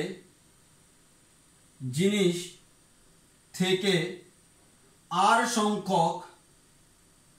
সংখ্যক জিনিস নিব, জিনিস নিয়ে সাজাবো। তাহলে আমি কি বললাম, আমি কার থেকে কাকে নিব, আমি যে কাজটা করব, আমি n সংখ্যক জিনিস থেকে r সংখ্যক জিনিস নিয়ে সাজাবো। এই সাজানোর ক্ষেত্রে আমার এখানে দুইটা কাহিনী চলে আসলো। এক জায়গায় ক্রমবিবেচ্য, আরেক জায়গায় ক্রম অবিবেচ্য। তো আমি আশা করতেছি ভাইয়া ক্রমবিবেচ্য যখন বলি তোমরা সবাই বুঝে গেছো ভাইয়া ক্রমবিবেচ্য মানে কি ভাইয়া, বিন্যাস। আর আমি যদি বলি ক্রম অবিবেচ্য, তোমরা আশা করি বুঝে গেছো ক্রম অবিবেচ্য মানে হচ্ছে সমাবেশ। এখন আসি ভাইয়া আমার বিন্যাস বুঝলাম, আমাদের এটা হচ্ছে আমাদের ক্রম বিবেচ্য করলে বিন্যাস, ক্রম বিবেচনা না করলে আমাদের সমাবেশ। এখন কার থেকে কাকে নিব, n সংখ্যক জিনিস থেকে r সংখ্যক জিনিস নিব। তাহলে n সংখ্যক জিনিস থেকে r সংখ্যক জিনিস নিয়ে কি বানাবো, বিন্যাস বানাবো। এটাকে প্রকাশ করি হচ্ছে n ফি r দ্বারা, পারমুটেশনের ফি। আর n সংখ্যক জিনিস থেকে r সংখ্যক জিনিস নিয়ে সাজাবো, সেটাকে আমরা বলি n সি আর, কম্বিনেশনের সি। এখানে P means permutation, C means combination. তাহলে আমরা বলতে পারি এটাকে আমরা প্রকাশ করতে পারি এন পি আর দ্বারা, এটাকে প্রকাশ করতে পারি আমি এন সি আর দ্বারা। এবার তুমি এখানে একটা জিনিস থেকে হয়ে যাবে দিশেহারা। এখন একটু খেয়াল করে দেখো, তোমার এখানে এন মানে কি, এন মানে হচ্ছে যতগুলো আছে, যতগুলো আমার কাছে কি আছে। তাহলে আমরা বলতে পারি n মানে হচ্ছে যতগুলা আছে, আর r মানে কি, r মানে হচ্ছে যতগুলা নিব। তাহলে n মানে হচ্ছে যতগুলা আছে আর যতগুলা নিব। তাহলে আমি কি বললাম ভাইয়া, n মানে হচ্ছে যতগুলা আছে এবং r মানে হচ্ছে যতগুলা আমি নিব। তাহলে n মানে যতগুলা আছে, r মানে যতগুলা নিব। তাহলে এখানে যদি আমরা একটু খেয়াল করে দেখি ভাইয়া, তাহলে দেখো আমার এখানে কি আসে। আচ্ছা বলো তো, যতগুলা আছে তার থেকে বেশি কি তুমি নিতে পারবা? না ভাইয়া, আমার আছে 10টা, আমি সর্বোচ্চ 10টা নিতে পারবো আর সর্বনিম্ন 0টাও নিতে পারবো। এর মানে কি, এর মানে যতগুলা আছে তার থেকে বেশি নেওয়া সম্ভব না। তাহলে n সংখ্যক আছে, n এর থেকে বেশি কি নেওয়া সম্ভব না। এর মানে rটা সবসময় n এর থেকে কি হবে, ছোট হবে। আর তোমার কাছে আছে 10টা, তুমি নিলেই 10টা, এর মানে কি সমান হতে পারে কিনা, পারে। তাহলে আমরা এখান থেকে একটা রিলেশন পেয়ে গেলাম। এই দুইটা জিনিস যদি তুমি ব্যাখ্যা করতে যাও, তাহলে সেক্ষেত্রে তুমি বলে দিতে পারো কি ভাইয়া, আমাদের n এর মানটা greater than or equal r, অর্থাৎ আরটা সবসময় এন এর থেকে ছোট অথবা সর্বোচ্চ হইতে পারে কেমন সমান, সর্বোচ্চ হইতে পারে কেমন সমান। এবং এটা দিয়ে তুমি ফাংশনে ম্যাথও করতে পারবে। যখন ফাংশনে যেরকম আমরা বলি না রুটের ভিতরে নেগেটিভ হওয়া যাবে না, তাহলে সেটা গ্রেটার দেন 0। একইভাবে আমরা এখানে শর্ত ফেলাবো এন এর মান গ্রেটার দেন আমাদের কি আর, অর্থাৎ এখানে যেটা থাকবে সেটা এটার থেকে কি হবে গ্রেটার দেন হবে, সেটা আমরা এখানেও ফলাইতে পারি। তো আমরা এইভাবে আমরা কি করতে পারি, আমাদের এই শর্তটা পরীক্ষার জন্য খুব বেশি ইম্পর্টেন্ট। কোনটার মধ্যে আমাদের রিলেশনটা কি, n is greater than or equals to r, n এর মান r এর থেকে বড় হবে অথবা কি হবে সমান হবে, n এর মান r এর থেকে বড় হবে অথবা সমান হবে। এবার দেখো আমরা আমাদের ক্লাস আরো একটু লেন্দি করব, যে আমাদের এখানে আমরা কিছু সূত্র পর্যন্ত চলে যেতে চাচ্ছি, অর্থাৎ আগামী দিন যাতে আমরা আরো বেশি দূর আগাইতে পারি তার জন্য আমরা আজকে এখনো তো আমরা বেসিকে আসি, আরো একটু বেসিক দিয়ে আমরা দুই একটা সূত্র বলে দিব। হ্যাঁ, আশা করি তোমাদের খুব বেশি কষ্ট হবে না, আমি খুব সুন্দরভাবে গুছিয়ে বলার ট্রাই করব। আশা করি এতক্ষণ পর্যন্ত কোনো কিছু বুঝতে সমস্যা হয়নি, ইনশাআল্লাহ সামনেও সমস্যা হবে না। আর তোমাকে আমি একটা রিকোয়েস্ট করব, সেটা হচ্ছে তোমরা যে কাজটা করবা, যদি কোনো প্রবলেম ফেস করো কমেন্টে দিয়ে দাও অথবা আমাকে পার্সোনালি নক দাও, আমি তোমাদেরকে আনসার দিয়ে দিব। এখন আসি আমরা আরো কয়েকটা জিনিস খেয়াল করে দেখি। প্রথম কথা হচ্ছে আমার 3 জন লোক আছে। কয়জন লোক আছে ভাইয়া? 3 জন লোক আছে। তাহলে 3 জন লোক আছে, 3 জন লোক আমাদের কাছে আছে এবং আমাদের এখানে সাপোজ ধরে নিলাম আমাদের এখানে 3টি শেয়ার আছে। তাহলে আমাদের 3 জন লোকের জন্য আমার কয়টা শেয়ার আছে ভাইয়া? 3টি শেয়ার আছে। তাহলে আমি 3 জন লোকের জন্য আমি 3টি শেয়ার নিচ্ছি। একটু খেয়াল করো, 3 জন লোকের জন্য আমি 3টা শেয়ার দিলাম, যে আমাদের 3 জন লোক 3টি শেয়ার। তাহলে একটু ভালো করে খেয়াল করো, আমাদের এই 3 জন লোকের মধ্যে একজন হচ্ছে আমাদের প্রথম লোক, একজন হচ্ছে দ্বিতীয় লোক, একজন হচ্ছে তৃতীয় লোক। তাহলে আমি যদি 3 জন লোককে, তাহলে আমার লোক আছে কয়জন ভাইয়া? আমার লোক আছে ভাইয়া 3 জন। এবার আমি যদি বলি ফাঁকা স্থান আছে কয়টা, আমি বলবো 3টা ফাঁকা স্থান আছে। তাহলে 3 জন লোক, আমাদের কয়টা ফাঁকা স্থান? 3টি শূন্য স্থান বা 3টি ফাঁকা স্থান আছে, যেখানে তারা কি করতে পারবে, বসতে পারবে। তাহলে আমার লোক আছে 3 জন, ফাঁকা স্থানও আছে আমার 3টা। তাহলে আমি যদি বলি আমার এই 3টি ফাঁকা স্থানে 3 জন লোককে তুমি কত ভাবে বসানো যায়, তাহলে আমি বলতেছি কি তুমি 3টি ফাঁকা স্থানে 3 জন লোককে কতভাবে সাজাইতে পারবা বা কতভাবে বসাইতে পারবা। তাহলে আমি কয়জন থেকে কয়জন নিব? 3 জন থেকে 3 জন। তাহলে আমি এই 3 জনকে 3টি চেয়ারে বসাবো। 3 জনকে কয়টি চেয়ারে বসাবো? 3টি চেয়ারে। কত প্রকারে বসাইতে পারি, যেমন ফর এক্সাম্পল আমি এটাকে নাম দিলাম এ, এটাকে নাম দিলাম বি, এটাকে নাম দিলাম সি। আমি এভাবে বসাইতে পারি, প্রথম জনকে এ কে বসালাম এখানে, দেন বি কে বসালাম, দেন সি কে বসালাম। আমি এভাবে বসাইতে পারি, আমি প্রথমে বসালাম এ কে, দেন সি কে, দেন বি কে। আমি আবার এভাবে বসাইতে পারি, আমি আবার এভাবে বসাইতে পারি, আমার বি কে আগে রেখে এ কে পরে দিয়ে আমি সি কে বসাইলাম। আবার আমি এটা বসাইতে পারি যে আমাদের এখানে আমরা যে কাজটা করতে পারি সেটা হচ্ছে, মনে করো হচ্ছে আমাদের সিটাকে আগে দিয়ে আমি দেন এ আর বিটাকে পরে দিলাম, আবার সিটাকে আগে দিয়ে আমি বি এ দিলাম, আবার একটু খেয়াল করো আমি বিটাকে আগে দিয়ে আমি সি এ দিলাম। তাহলে খেয়াল করো, আমি প্রথম জায়গায় এ, এর পরটাতে বি, এর পরটাতে সি, আবার প্রথমটাতে এ, এর পরটাতে সি, এর পরটাতে বি। এভাবে আমরা কন্টিনিউয়াসলি দেখো টোটাল কয়টা ভাবে সাজাইতে পারছি ভাইয়া। এভাবে তুমি দেখো, এই যে 1টা 2টা 3টা 4টা 5টা 6টা। তাহলে আমরা তোমাকে বলতে পারতেছি ভাইয়া আমি টোটাল এই কাজটা করতে পারবো কত প্রকারে? 6 প্রকারে করতে পারবো। কত প্রকারে? 6 প্রকারে। কিন্তু তুমি যে 6 প্রকারে করবা সেটা আমি এখানে কিভাবে বুঝাবো? হ্যাঁ, তুমি যে 6 প্রকারে করবা, তার আগে আমি একটা কথা বলে রাখি। এখানে তুমি প্রথম শেয়ারে মনে করো এখানে মিস্টার করিম, এখানে মিস্টার রহিম, এখানে মিস্টার শফিক। তাহলে করিম এখানে, রহিম এখানে, রহিম এখানে, করিম এখানে, দুইটা কম্বিনেশন কিন্তু সেম না, দুইটা জিনিস দেখতে সেম না, তাহলে দুইটা ভিন্ন ভিন্ন। তাহলে এখানে ক্রম বিবেচ্য, এর মানে কি বিন্যাস। তাহলে আমরা বলতে পারি কয়জন থেকে কয়টা নিছি? আমি তিনজন লোককে তিনটা জায়গায় বসাইছি, এর মানে 3p3, এটার আনসার সরি 3p, হ্যাঁ 3p3, তাহলে এটার আনসার কত আসে ভাইয়া 6 আসে। তাহলে 3p3 এর আনসার কত আসলো ভাইয়া 6 আসলো। এবার আসো আমি একটু ভিন্ন নিয়মে করব। কোন নিয়মে? ভিন্ন একটা নিয়মে আমি এটা ক্যালকুলেশন করে দেখব। সেটা হচ্ছে কি ভাইয়া, কখনো যদি এরকম বলে আমাদের এরকম ফাঁকা স্থানে লোককে বসাইতে হবে, তখনও যতগুলা ফাঁকা স্থান ততগুলা ফাঁকা গড় করতে হবে। তাহলে ফাঁকা স্থান কয়টা ভাইয়া 3টা, ফাঁকা স্থান কয়টা 3টা। এবার আসো আমি একটু ভিন্নভাবে চিন্তা করব। তুমি এভাবে চিন্তা করলে অনেক টাইম লাগবে, তুমি এবার এভাবে চিন্তা করো। তুমি 1 নাম্বার লোকটাকে চুজ করলা, ওই 1 নাম্বার লোকটাকে যদি বলো আপনি এখানে বসেন, সে কয় প্রকারে বসতে পারবে? 3 প্রকারে। সে এখানে বসতে পারে, এখানে বসতে পারে, এখানে বসতে পারে। এর মানে 1 নাম্বার লোক 3 প্রকারে বসতে পারে। এরপর আমি যদি বলি ভাই 1 নাম্বারটাকে বসাই দিলাম, দেন 2 নাম্বার লোকটা কয় প্রকারে বসতে পারবে? 2 প্রকারে। কেন? কারণ 1 নাম্বার লোক যদি এখানে বসে, ওই লোকটা এই দুইটার যে কোনো এক জায়গায় বসতে হবে। 1 নাম্বার এখানে বসলে সে এই দুইটার যে কোনো এক জায়গায় বসতে হবে। 1 নাম্বার এখানে বসলে সে এই দুইটার যে কোনো এক জায়গায় বসতে হবে।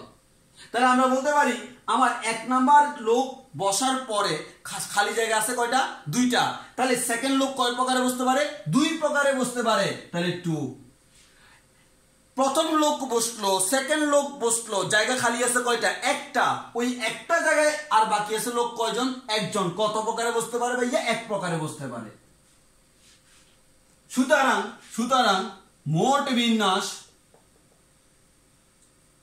বিন্যাস ইকুয়ালস টু 3 × 2 × 1, এর মান হচ্ছে আমাদের 6 এবং এটাই হচ্ছে আমাদের আনসার। তাই কি বললাম? 3 × 2 × 1, এটা হচ্ছে আমাদের 6 এবং এটা হচ্ছে আমার বিন্যাস। তাহলে দেখো এই যে 3p3 = 6, এখানেও মিলছে এখানেও মিলছে। তাহলে আমরা এই দুইটা জিনিসের মধ্যে কোনটা ইফেক্টিভ? তুমি কি এভাবে চিন্তা করবা? না ভাইয়া, আমি পরীক্ষায় এভাবে চিন্তা করব।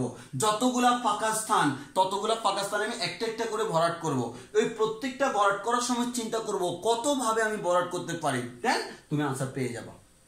আর আমরা এটা করছি গুণন বিধি অনুযায়ী, কারণ এটা তো প্রথম জন যদি এখানে বসে, পরের জন এখানে আর এখানে বসবে। প্রথম জন এখানে বসলে দেন পরের জন এখানে বা এখানে, মানে কি প্রথম জন কোথায় বসতেছে তার উপর কিন্তু সেকেন্ড জনের পজিশনটা ডিপেন্ড করতেছে। ওই কারণে আমরা বলবো এটা হচ্ছে ডিপেন্ডেন্ট। এর মানে কি হবে? গুণ হবে বা গুণন বিধি। এবার আসো আনসার পেলাম 6। এখন যে এখানে দেখলাম এই 3 × 2 × 1, এই জিনিসটাকে অনেকে ডাইরেক্ট বসাই দিবে 3 ফ্যাক্টোরিয়াল। 3 ফ্যাক্টোরিয়াল। এই যে 3 ফ্যাক্টোরিয়াল মানে কি? 3 ফ্যাক্টোরিয়াল মানে হচ্ছে 3 × 2 × 1। এর মানে যে কোনো ধনাত্মক, একটু আগে বলে রাখি, শুধুমাত্র আমরা ধনাত্মক পূর্ণ সংখ্যাগুলোর ফ্যাক্টোরিয়াল বের করব, অন্যগুলো বের করা যায় না। আসলে ওগুলোতে ঝামেলা আছে, আমরা সেদিকে না যাই। এগুলো হাই লেভেলের কনসেপ্ট, আমাদের ইন্টারমিডিয়েট লেভেলে জানলে জানতে পারো, আর না হয় প্রয়োজন নাই, খুব বেশি এটা অ্যানালাইজ করা যায়। হ্যাঁ, ওগুলো আমাদের অনির্ণয় হয় আর কি।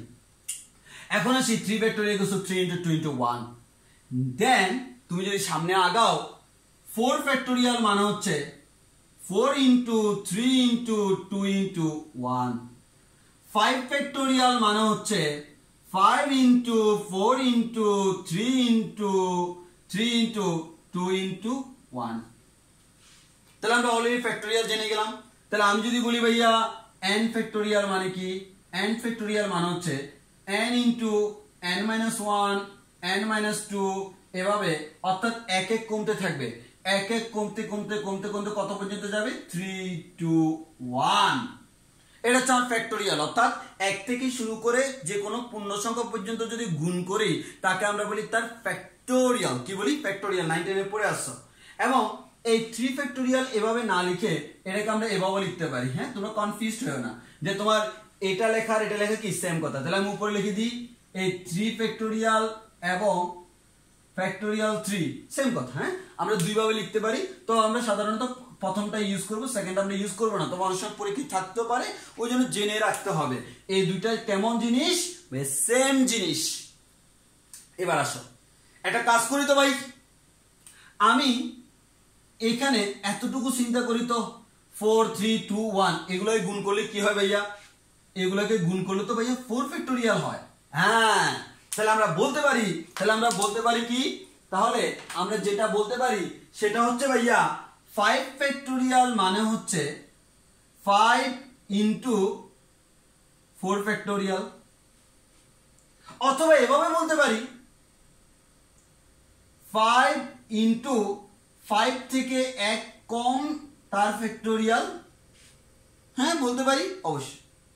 আবার ভাইয়া আমি যদি বলি 5 factorial equals two 5 into 4 into 3 into 2 into 1, এবার তুমি বলো 3 2 1 এই তিনটাকে গুণ করলে কি ফ্যাক্টোরিয়াল বলবো? 3 ফ্যাক্টোরিয়াল। তাহলে আমরা নিশ্চয়ই 5 ফ্যাক্টোরিয়ালকে লিখতে পারি 5 ইন্টু 4 ইন্টু 3 ফ্যাক্টোরিয়াল।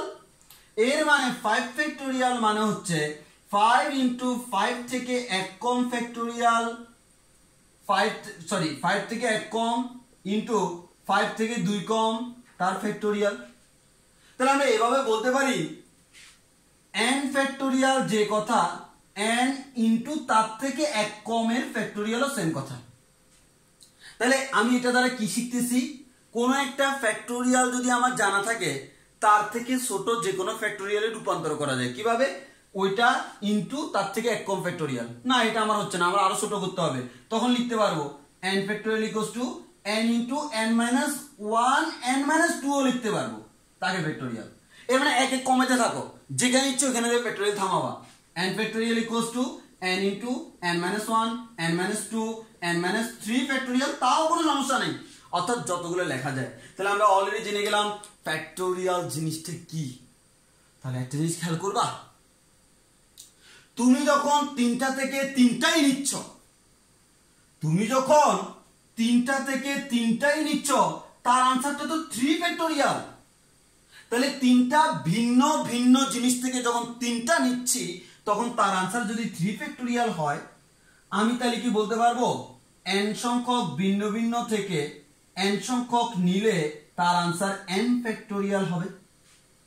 সিম্পল হিসাব ভাইয়া, যে আমার 3টা থেকে 3টা নিয়ে সেটা হচ্ছে 3 ফ্যাক্টোরিয়াল।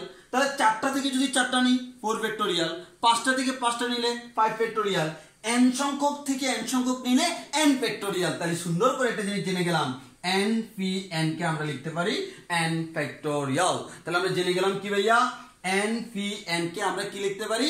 n ফ্যাক্টোরিয়াল লিখতে পারি। n পি n কে আমরা n ফ্যাক্টোরিয়াল লিখতে পারি। তাহলে আমরা ফ্যাক্টোরিয়ালের একটু কনসেপ্ট জেনে গেলাম। তাহলে আমরা এবার সামনের দিকে প্রসিড করি। এবার আসো আবার আগের মতো সেম কনসেপ্ট, তবে এবার আমরা একটু ভিন্নভাবে আগাবো। ভিন্নভাবে যদি আগাই ভাইয়া সেটা কেমন হয় ভাইয়া? ভিন্নভাবে যদি আগাই তাহলে আমরা এভাবে বলতে পারি, সেটা হচ্ছে এবার আছে আমার 5 জন লোক। কয়জন লোক? 5 জন লোক। 5 জন লোকের জন্য খালি ঘর আছে এবার 3টা, অর্থাৎ শেয়ার আগের মতোই 3টা আছে, বাট লোক হচ্ছে কয়টা? 5টা। তাহলে আমরা বলতে পারি আমার লোক হচ্ছে 5টা, চেয়ার হচ্ছে কয়টা? 3টা। তাহলে বুঝতে পারতেছ আমরা কিন্তু সবাইকে বসাইতে পারবো না।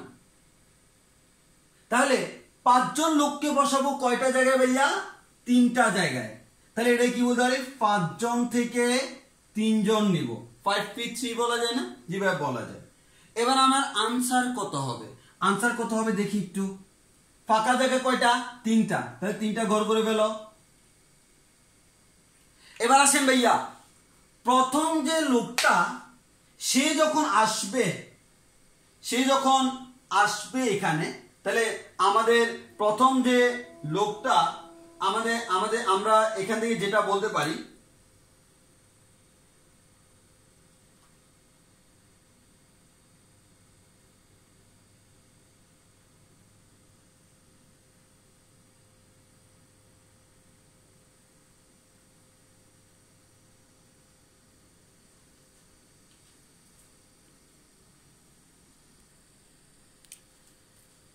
তাহলে আমরা যে জিনিসটা বলতে পারি আমার লোক আছে কয়জন?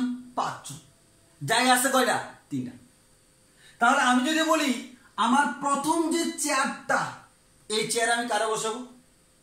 আমি mister A B C D E 5 জনের যে কোনো একজনকে বসাইতে পারি না? তাহলে 5 জন আছে, 5 জন থেকে আমি যে কোনো একজনকে কয়ভাবে বসাইতে পারি? 5 ভাবে বসাইতে পারি। যেমন আগের বার আমরা বলছিলাম কি আমাদের তিনটা চেয়ার আছে, তিনজন লোক আছে, তাহলে প্রথম চেয়ারে যখন বসতেছে তখন তিনজন থেকে যে কোনো একজনকে চুজ করতে পারি। ওইখানে যেহেতু ইকুয়াল ইকুয়াল দুইভাবেই বলা যায়, আমি তিনটি ফাঁকা স্থানে একজনকে কতভাবে বসাতে পারি বা একজন তিনটি ফাঁকা স্থানে কতভাবে বসতে পারে, সেখানে দুইভাবে ব্যাখ্যা করলে কোনো সমস্যা হয় না। বাট এখানে আসলে কনফ্লিক্ট সৃষ্টি হয়, তাহলে আমাদের অ্যাকচুয়াল কনসেপ্টে যেতে হবে। সেটা হচ্ছে কি, আমার চেয়ার প্রথমটা, এই প্রথম চেয়ারে আমি কয়জনকে বসাতে পারবো? একজনকে। বাট আছে কয়জন?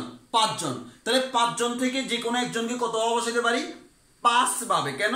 প্রথম জন অথবা দ্বিতীয় জন অথবা তৃতীয় জন অথবা চতুর্থ জন অথবা পঞ্চম জন, তাহলে কয়ভাবে বসাতে পারি? 5 ভাবে। এবার আসো, সেকেন্ড যে চেয়ার অলরেডি তো একজন বসে গেছে, আর লোক আছে কয়জন? 4 জন। ওই 4 জন একটা চেয়ারে কতভাবে বসতে পারবে? ভাইয়া একটা চেয়ারে এ না হয় বি না হয় সি না হয় ডি, মানে 4 জনের যে কোনো একজন বসবে। কত প্রকারে? 4 প্রকারে। অলরেডি 2 জন বসে গেছে, আর লোক আছে কয়জন? 3 জন। ফাঁকা জায়গা কয়টা? একটা। এই একটা চেয়ারে 3 জন কতভাবে বসতে পারে? 3 জন তো আর বসতে পারে না, একজন বসতে পারে। 3 জন থেকে একজনকে কতভাবে চুজ করা যায়? 3 ভাবে, হয় প্রথম না হয় দ্বিতীয় না হয় তৃতীয়। তাহলে আমরা বলতে পারি, সুতরাং আমার টোটাল আনসার, টোটাল বিন্যাস সংখ্যা হচ্ছে 5 × 4 × 3, এটা হচ্ছে আমার আনসার। তাহলে 4 × 5 = 20, 3 × 20 = 60, এটা হচ্ছে আমাদের আনসার। তাহলে আমরা এখন একটু বলতে পারি, 5 জন থেকে 3 জনকে আমরা চুজ করলাম। কোন 3 জন? সেই ভাগ্যবান 3 জন যারা চেয়ারে বসতে পারবে। তাহলে 5 জন থেকে 3 জনকে কত প্রকারে চুজ করতে পারলাম? 5 × 4 × 3। কিন্তু ঝামেলা হচ্ছে ভাই, আমার এখানে যখন করতে যাব, এখানে আমার ঝামেলা হচ্ছে কি, আমরা চাচ্ছি এটাকে ফ্যাক্টোরিয়ালে রূপান্তর করতে। কিসে রূপান্তর করতে যাচ্ছি? ফ্যাক্টোরিয়ালে। তাহলে আমি একটা কাজ করি ভাইয়া, 5 × 4 × 3 আছে, মানে আমি যেহেতু একটু আগে আমি ফ্যাক্টোরিয়াল শিখছি না, এখন আমি চাচ্ছি এটাকে ফ্যাক্টোরিয়ালে রূপান্তর করতে। তাহলে তুমি বলো তো ভাই, 5 4 3 এরপরে কত পর্যন্ত গেলে ফ্যাক্টোরিয়াল হবে? 1 পর্যন্ত। তাহলে 2 1, এই 2 1 এটা এক্সট্রা পড়ে যাচ্ছে না, তাহলে যেটা এক্সট্রা গুণ করছি সেটাকে আবার ভাগ করে দিলাম। তাহলে হবে কি ভাইয়া, উপরের জিনিসটাকে আমরা লিখতে পারি 5 ফ্যাক্টোরিয়াল, নিচের জিনিসটাকে লিখতে পারি 2 ফ্যাক্টোরিয়াল। কার মান? 5c 3 এর মান। আমি কাকে কাকে চিনি? আমি 5 কে চিনি, 3 কে চিনি। তাহলে 5 আর 3 আকারে এটা প্রকাশ করবো, মানে সূত্র বানাই ফেলবো। এখন 5 তো ঠিক আছে, বাট 2 কে তো চিনি না। তাহলে 5 আর 3 এর মধ্যে কি করলে 2 হয়? 5 থেকে 3 বিয়োগ করলে। তাহলে আমরা এটাকে এভাবে লিখতে পারি কি ভাইয়া, যে এভাবে লিখতে পারি 5 ফ্যাক্টোরিয়াল ডিভাইডেড বাই 2 কে লিখতে পারি উপরেরটা মাইনাস নিচেরটা, 5 - 3 ফ্যাক্টোরিয়াল। এটা হচ্ছে 5c 3। তাহলে আমি যদি এটাকে সূত্র হিসেবে বিবেচনা করি ভাই, 5c 3 হলে এটা হয়েছে। এবার আমি এক্সারসাইজ যদি করি, যদি আমি বলি ভাইয়া 6c 2, তাহলে তুমি কি করবা? উপরে হচ্ছে যেটা ছিল সেটার ফ্যাক্টোরিয়াল, নিচে হচ্ছে উপরটা মাইনাস নিচেরটা ফ্যাক্টোরিয়াল, এর মানে 6 - 2 ফ্যাক্টোরিয়াল হয়ে গেল। তাহলে এবার যদি আমি বলি n সংখ্যক জিনিস থেকে, n সংখ্যক, সরি সি না, এগুলো হচ্ছে পারমুটেশন করতেছি না, মানে পি হবে, সরি এগুলো পি হবে। পারমুটেশন আর কম্বিনেশন সেম জিনিস না, এগুলো সব পারমুটেশন, এগুলো সব পারমুটেশনস। তাহলে n পি আর মানে কি? n পি আর মানে হচ্ছে উপরে n ফ্যাক্টোরিয়াল, নিচে n - r ফ্যাক্টোরিয়াল। তাহলে আমরা নতুন একটা ফর্মুলা পেয়ে গেলাম, NPR = n factorial divided by n - r factorial. আবার বলতেছি NPR = n factorial divided by n - r factorial. আর এর আগে ফ্যাক্টোরিয়ালের ডেফিনেশনগুলো আমরা দেখছিলাম, বা ফ্যাক্টোরিয়াল কি জিনিস সেটা আমরা বুঝছিলাম। এবার আসো আমরা একটা জিনিস করব, সেটা হচ্ছে কি ভাই, আমাদের এই জিনিসটা নিয়ে অনেক অনেক কনফিউজড, আমরা ডাইরেক্ট প্রমাণ করে দিব। What is the value of factorial 0? Factorial 0 এর মান কত? তো আমরা একটু একটা জিনিস চিন্তা করি। আমরা জানি NPR = ফর্মুলা পাইলাম n factorial divided by n - r factorial, n factorial divided by n - r factorial. এখন যদি কখনো আমার এরকম হয়, আমরা জানি আমাদের n ফি n মানে যতটা ছিল ততটাই যদি নিয়ে নিই ভিন্ন ভিন্ন তাকে বলি n ফ্যাক্টোরিয়াল। যতটা ছিল ততটাই যদি নিয়ে নিই তাকে আমরা কি বলি n ফ্যাক্টোরিয়াল। তাহলে একটু খেয়াল করো তো, n ফি n করব তাই না, n, তাহলে আমি যদি n ফি r এর জায়গায় n বসাই তাহলে কি হবে বলো তো, n factorial divided by n minus r এর জায়গায় কি বসবে, তাহলে আমি একটু লাল কালারে লিখি তোমাদের বুঝতে সুবিধা হবে। আমি r এর জায়গায় n বসাইলাম, তাহলে এখানেও r, আমাদের r এর জায়গায় আমরা এখানে যে r আছে আমি এভাবে লিখি, এটা আমার r, এটা আমার r, এই r এর জায়গায় বসাইলাম n, এই r এর জায়গায় বসাইলাম n, তাহলে আমাদের কি হলো n মাইনাস n ফ্যাক্টোরিয়াল। এবার আসো এই n ফি n এর মান কত, n ফ্যাক্টোরিয়াল। ডান পাশে আছে n factorial divided by n থেকে n গেলে কি হয় শূন্য, 0 ফ্যাক্টোরিয়াল। তাহলে আমরা বলতে পারি 0 factorial equals to n factorial divided by n factorial. তাহলে এটা কাটাকাটি, তাহলে আমরা বলতে পারি 0 ফ্যাক্টোরিয়াল ইকুয়ালস টু 1। তাহলে আমরা প্রমাণ পেয়ে গেলাম ফ্যাক্টোরিয়াল 0 ইকুয়ালস টু 1। এর মানে শূন্য সংখ্যক জিনিস থেকে n ফ্যাক্টোরিয়াল মানে কি, n ফ্যাক্টোরিয়াল মানে হচ্ছে n সংখ্যক ভিন্ন ভিন্ন জিনিস থেকে n সংখ্যক সবগুলাকে নিয়ে যত প্রকারে সাজানো যায় সেটা n ফ্যাক্টোরিয়াল।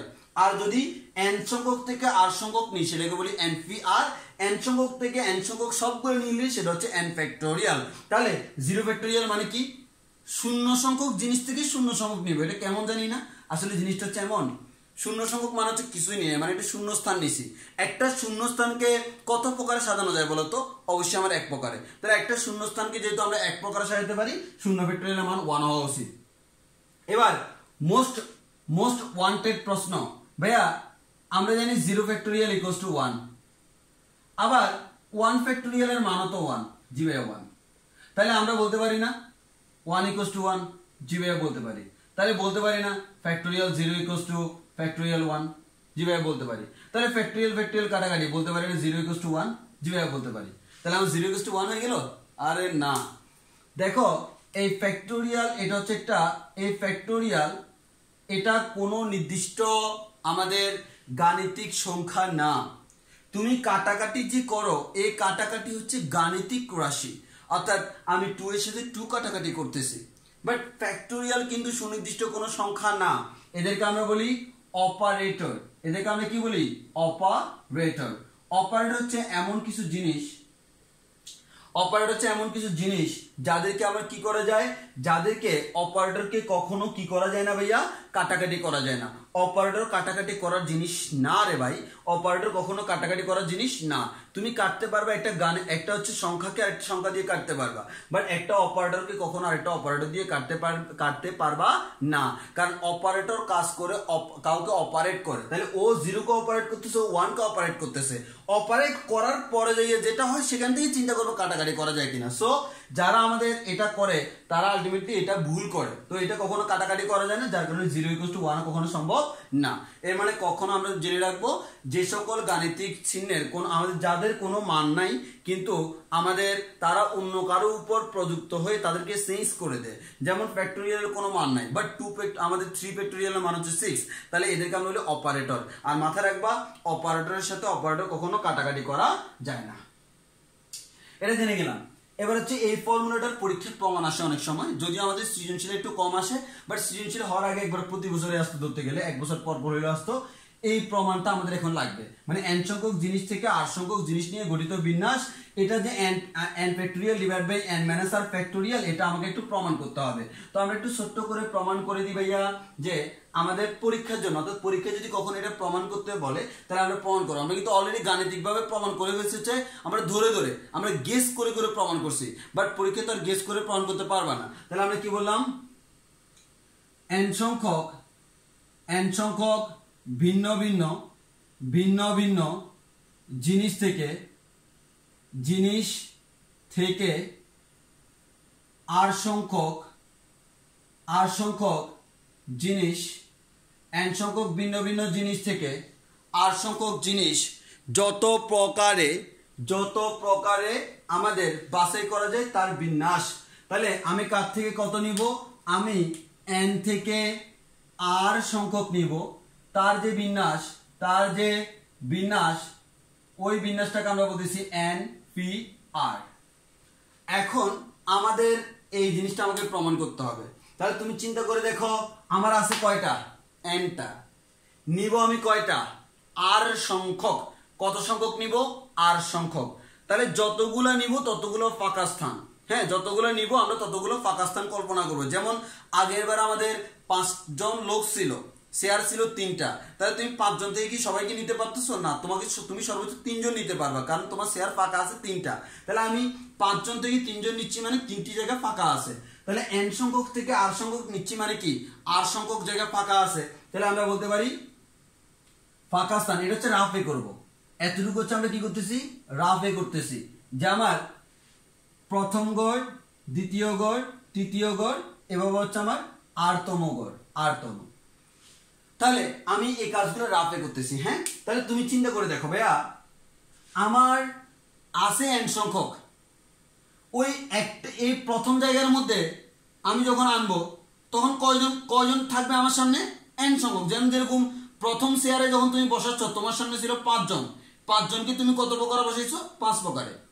একজনকে বসানোর পর একজন কমে গেল, বাকি ছিল 4 জন, ওই 4 জন 4 প্রকারে। এরপরে একজন কমে গেল, আমাদের 3 জন 3 প্রকারে, মানে কি একজন করে কমে। তাহলে প্রথমে যখন তুমি প্রথম ফাঁকা স্থান পূরণ করবে তখন কয় প্রকারে তোমার পূরণ করা যায়, যতগুলা আছে কয়টা, আছে হচ্ছে আমার n সংখ্যক। তাহলে আমরা বলতে পারি আমাদের এটা n প্রকারে পূরণ করা যায়। সেকেন্ড গড়টা কত প্রকারে পূরণ করা যায়, n-1 প্রকারে, কারণ একজন কমে গেছে, একজনকে বসাই ফেললাম। এরপরটা আরো একজনকে বসাই ফেললাম, মানে আরেকজন কমে গেল, এভাবে কমতেই থাকে। এখন একটা জিনিস খেয়াল করবা, যখন তুমি বলতেছো প্রথম, এটা বলতেছো দ্বিতীয়, এটা বলতেছো তৃতীয়, একইভাবে তুমি বলবা চতুর্থ, পঞ্চম, হ্যাঁ হোয়াটএভার। যখন তুমি প্রথম বলতেছো আলটিমেটলি খেয়াল করো তো, আমি একটা জিনিস, একটা কমন কনফিগারেশন আনি, n মাইনাস সামথিং, এখানে বলি n মাইনাস সামথিং, এখানে বলি n মাইনাস সামথিং। দেখো n থেকে কিচ্ছু বিয়োগ যাচ্ছে না, মানে কত বিয়োগ যাচ্ছে, 0। 0 কে আমরা লিখতে পারি 1 মাইনাস 1। n থেকে কত বিয়োগ যাচ্ছে, 1। 1 কে লিখতে পারি 2 মাইনাস 1। n থেকে কত বিয়োগ যাচ্ছে, 2। 2 কে লিখতে পারি 3 মাইনাস 1। তাই একটা জিনিস খেয়াল করছো, আমার এখানে এই প্রথম মানে 1, এটা হচ্ছে 1, দ্বিতীয় মানে 2, এটা মানে 2, তৃতীয় মানে 3, এটা মানে 3। এর মানে n থেকে কে বিয়োগ যায়, যততম তার থেকে 1 কম বিয়োগ যায়। মানে প্রথমের সময় প্রথম থেকে 1 কম মানে 0 বিয়োগ যায়, দ্বিতীয় সময় দ্বিতীয় থেকে 1 কম মানে 1 বিয়োগ যায়, তৃতীয় সময় তৃতীয় থেকে 1 কম মানে 2 বিয়োগ যায়। তাহলে যখন আমি rতম করব তখন সেটা কত হওয়া উচিত, r থেকে n থেকে কে বিয়োগ যাবে, যততম তার থেকে 1 কম। তাহলে আমার কততম, rতম, r থেকে 1 কম, এটা আমার কি হবে, n থেকে বিয়োগ যাবে। এটা যদি n থেকে বিয়োগ যায় এটাকে বলতে পারি n মাইনাস r প্লাস 1। তাহলে rতমটা কিভাবে বুঝছি তো, অর্থাৎ যততম তার থেকে 1 বিয়োগ যায়, এভাবে কমলো। তাহলে আমি যদি বলি, তুমি যদি বলো n সংখ্যক জিনিস থেকে একটা বাছাই করলা, কত প্রকারে, n প্রকারে। প্রথমটা n সংখ্যক জিনিস থেকে দুইটা নিলে, দুইটা গড় নিলে কত প্রকারে, প্রথম গড় দ্বিতীয় গড়, এর মানে n ইন্টু n-1 গণনার গুণন বিধি। n সংখ্যক জিনিস থেকে তিনটা নিলে প্রথমটা দ্বিতীয়টা তৃতীয়টা, n ইন্টু n-1 n-2। তাহলে এভাবে n সংখ্যক জিনিস থেকে যদি আমি r সংখ্যক জিনিস নিই তাহলে কত প্রকারে ভাই, n ইন্টু n-1 n-2, এভাবে কত পর্যন্ত যাব, ওই যততম তত পর্যন্ত, হ্যাঁ rতম। তাহলে আমাদের n-r প্লাস 1। তাহলে আমি n থেকে আমাদের n সংখ্যক থেকে একটা নিলাম, প্রথম গেলাম, n সংখ্যক থেকে দুইটা নিলাম, দ্বিতীয় পর্যন্ত গেলাম, n সংখ্যক থেকে তিনটা, তৃতীয় পর্যন্ত গেলাম, r সংখ্যক নিলে rতম পর্যন্ত। এখন আমার কাজ কি ফ্যাক্টোরিয়াল বানানো। দেখো ফ্যাক্টোরিয়াল বানাচ্ছি কিভাবে। আমার তো এটা আছে n into n minus one n minus two, এভাবে আমাদের n minus R plus one পর্যন্ত আছে, কিন্তু আমার কি করতে হবে একেবারে 1 পর্যন্ত আনতে হবে। তাহলে কত কত করে কমে, এক এক করে কমে। এটা হচ্ছে n minus R plus one, এটা থেকে 1 বিয়োগ দিলে কত হয় 1 কমাই দিব, এটা থেকে 1 বিয়োগ করলে হয় n মাইনাস আর, তার থেকে 1 বিয়োগ করলে হয় n মাইনাস আর মাইনাস ওয়ান, তার থেকে 1 বিয়োগ করলে হয় n মাইনাস আর মাইনাস টু। এভাবে যেতে যেতে কত পর্যন্ত যাবে 3 2 1। তাহলে আমরা কি একটা কথা বলতে পারি ভাইয়া, আমরা আসলে n থেকে কমাইতে কমাইতে আমরা 1 পর্যন্ত গেলাম। তাহলে আমরা এক্সট্রা কতটুকু লিখলাম, এই লাল অংশটা এক্সট্রা না, তাহলে সেই লাল অংশটা আমরা এখানে আবার পুট করে দিব n মাইনাস আর মাইনাস ওয়ান, এভাবে আমাদের কন্টিনিউয়াসলি 3 2 1। তাহলে এবার দেখো তো ভাইয়া, আমি যদি উপরে চিন্তা করি, আমার উপরে কি থাকে n থেকে শুরু করে 1 পর্যন্ত, তাহলে n থেকে 1 1 কমতে কমতে কমতে কমতে 1 পর্যন্ত, এটা কত ফ্যাক্টোরিয়াল, অবশ্যই ভাইয়া এটা হচ্ছে আমার n ফ্যাক্টোরিয়াল। আর নিচে হচ্ছে কি n মাইনাস আর, তার থেকে 1 কম, তার থেকে 1 কম, এভাবে। তাহলে যেটা থেকে শুরু সেটা ফ্যাক্টোরিয়াল, তাহলে n মাইনাস আর ফ্যাক্টোরিয়াল। তাহলে এটা কার মান, n পি আর এর মান। তাহলে প্রমাণ হয়ে গেল n P R equals to n factorial divided by n minus R factorial. তাহলে কি বললাম, n পি আর সমান n factorial divided by n minus R factorial. তাহলে এটা হচ্ছে আমাদের প্রমাণটা তোমাকে দেখতে হবে। ওকে, যদি তোমাদের এত লং টাইম ক্লাস করতে একটু কষ্ট হয়, তোমরা মাঝখানে একটু গ্যাপ করে করে করতে পারো, মানে আই মিন যেহেতু এটা রেকর্ডেড ভিডিও দিচ্ছে আমি, তাহলে তোমরা ওই এই কাজটা করতে পারবে। সেটা হচ্ছে ক্লাসের মাঝখানে পজ করে দেন তোমরা আর কিছুক্ষণ পরে রেস্ট নিয়ে ক্লাস করো, তাও আমি এটা পুরো টপিক শেষ করে দিই। হ্যাঁ, তাহলে আমাদের এটা হচ্ছে যদি প্রমাণ আসে, প্রমাণে তুমি এভাবে একটু সাজিয়ে লিখবা, বইটা একটু দেখে নিবা, তাহলে আমরা খুব সুন্দরভাবে প্রমাণ করে ফেলতে পারবো, যদিও ঠিক সেম প্রমাণটা আমরা আগেই করে ফেলছিলাম। ওকে, এগুলো হচ্ছে আমার ফর্মুলা হিসেবে অ্যাপ্লাই করতে হবে। এখন আসি, আমি তো আগে বলছি n সংখ্যক থেকে আর না নিয়ে যদি n সংখ্যক সবগুলোই নিয়ে নিই, তখন হচ্ছে তাকে আমরা কি বলি n ফ্যাক্টোরিয়াল। এবার আসো, তোমাকে আমাদের 3টা সূত্র লিখতে হবে, 3টা সূত্র শিখবো, মানে আমরা অনেকগুলো সূত্র আস্তে আস্তে শিখবো, তবে আজকে প্রথমে কি শিখবো, 3টা সূত্র। তাহলে আমাদের প্রথমে সূত্র 1,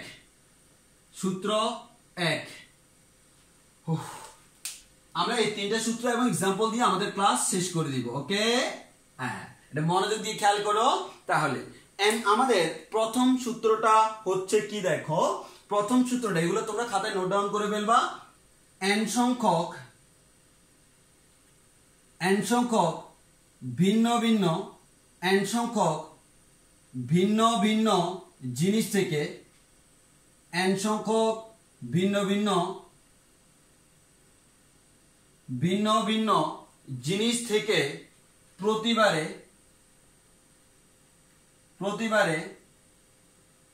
আর সংখ্যক জিনিস নিয়ে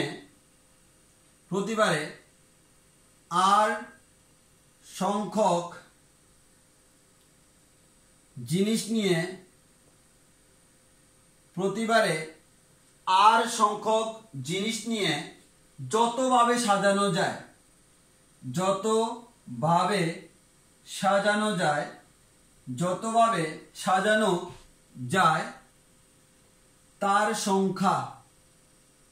তার সংখ্যা equals to n P R equals to n factorial.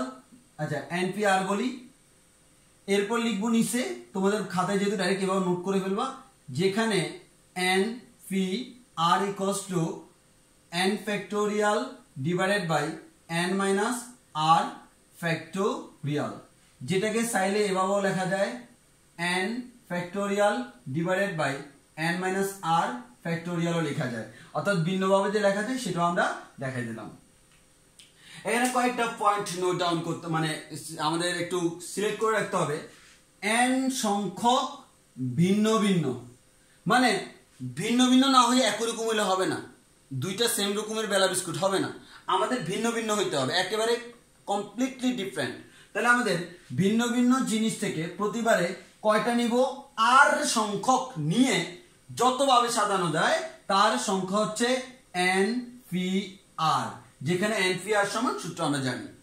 তাহলে যেমন আমি বললাম 10টা ভিন্ন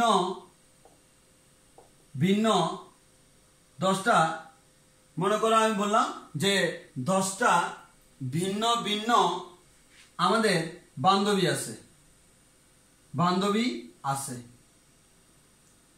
মনে করো একজন লোকের 10টা ভিন্ন ভিন্ন বান্ধবী আছে।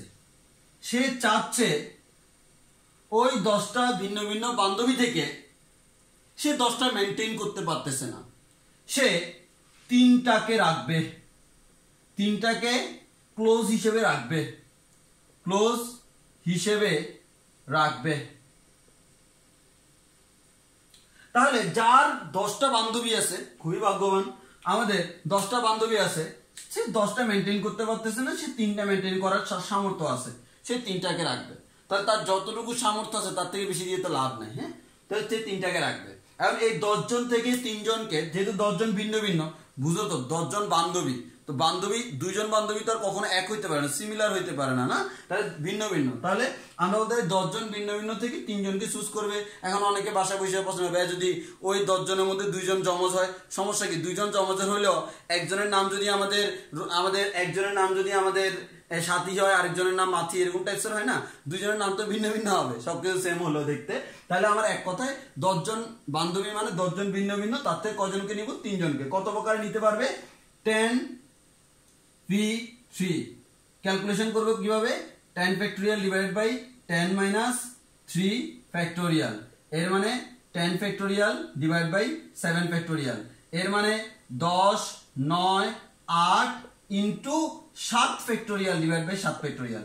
কারণ আমরা তো বলছিলাম ফ্যাক্টোরিয়ালকে এক এক কমে কমে লেখা যায়, কিন্তু আমার নিচে আছে 7 ফ্যাক্টোরিয়াল, 7 যদি রাখতে হবে তাহলে 7 ফ্যাক্টোরিয়াল চলে যাবে।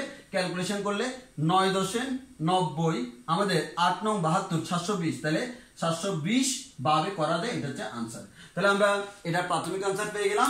আর তোমরা যেহেতু ইন্টারমিডিয়েট পরীক্ষায় ক্যালকুলেটর ব্যবহার করা যায়, তুমি তো এটা ডাইরেক্ট বসাইয়া ক্যালকুলেটর এটা বসে আনসার বলে দিতে পারবা, কোনো সমস্যা নাই। আর যেহেতু অ্যাডমিশনগুলোতে তোমার ডাইরেক্ট ক্যালকুলেটর ব্যবহার করা যায় না, ওই কারণে এই নিয়মটাও তোমাকে জেনে রাখা উচিত যে আমরা এভাবে করতে পারি, খুবই ইজিলি ক্যালকুলেশন করা যায়। নিয়ম না জানার কারণে অনেকে একটু ঝামেলায় পড়ে যায়। তাহলে আমরা বলবো ভাইয়া, আমাদের যতটুকু বললাম এতটুকু হচ্ছে আমাদের প্রথম সূত্র। ওকে, এই সূত্র অনুযায়ী আমরা এক্সাম্পলও দিয়ে দিলাম। এবার আসি ভাইয়া, আমাদের সূত্র হচ্ছে 2 নাম্বার সূত্র। আমাদের 2 নাম্বার সূত্রে কি বললো?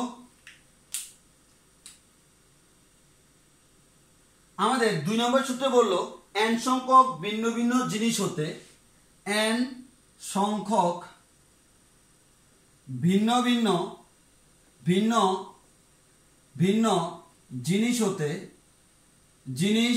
হতে সবগুলোকে নিয়ে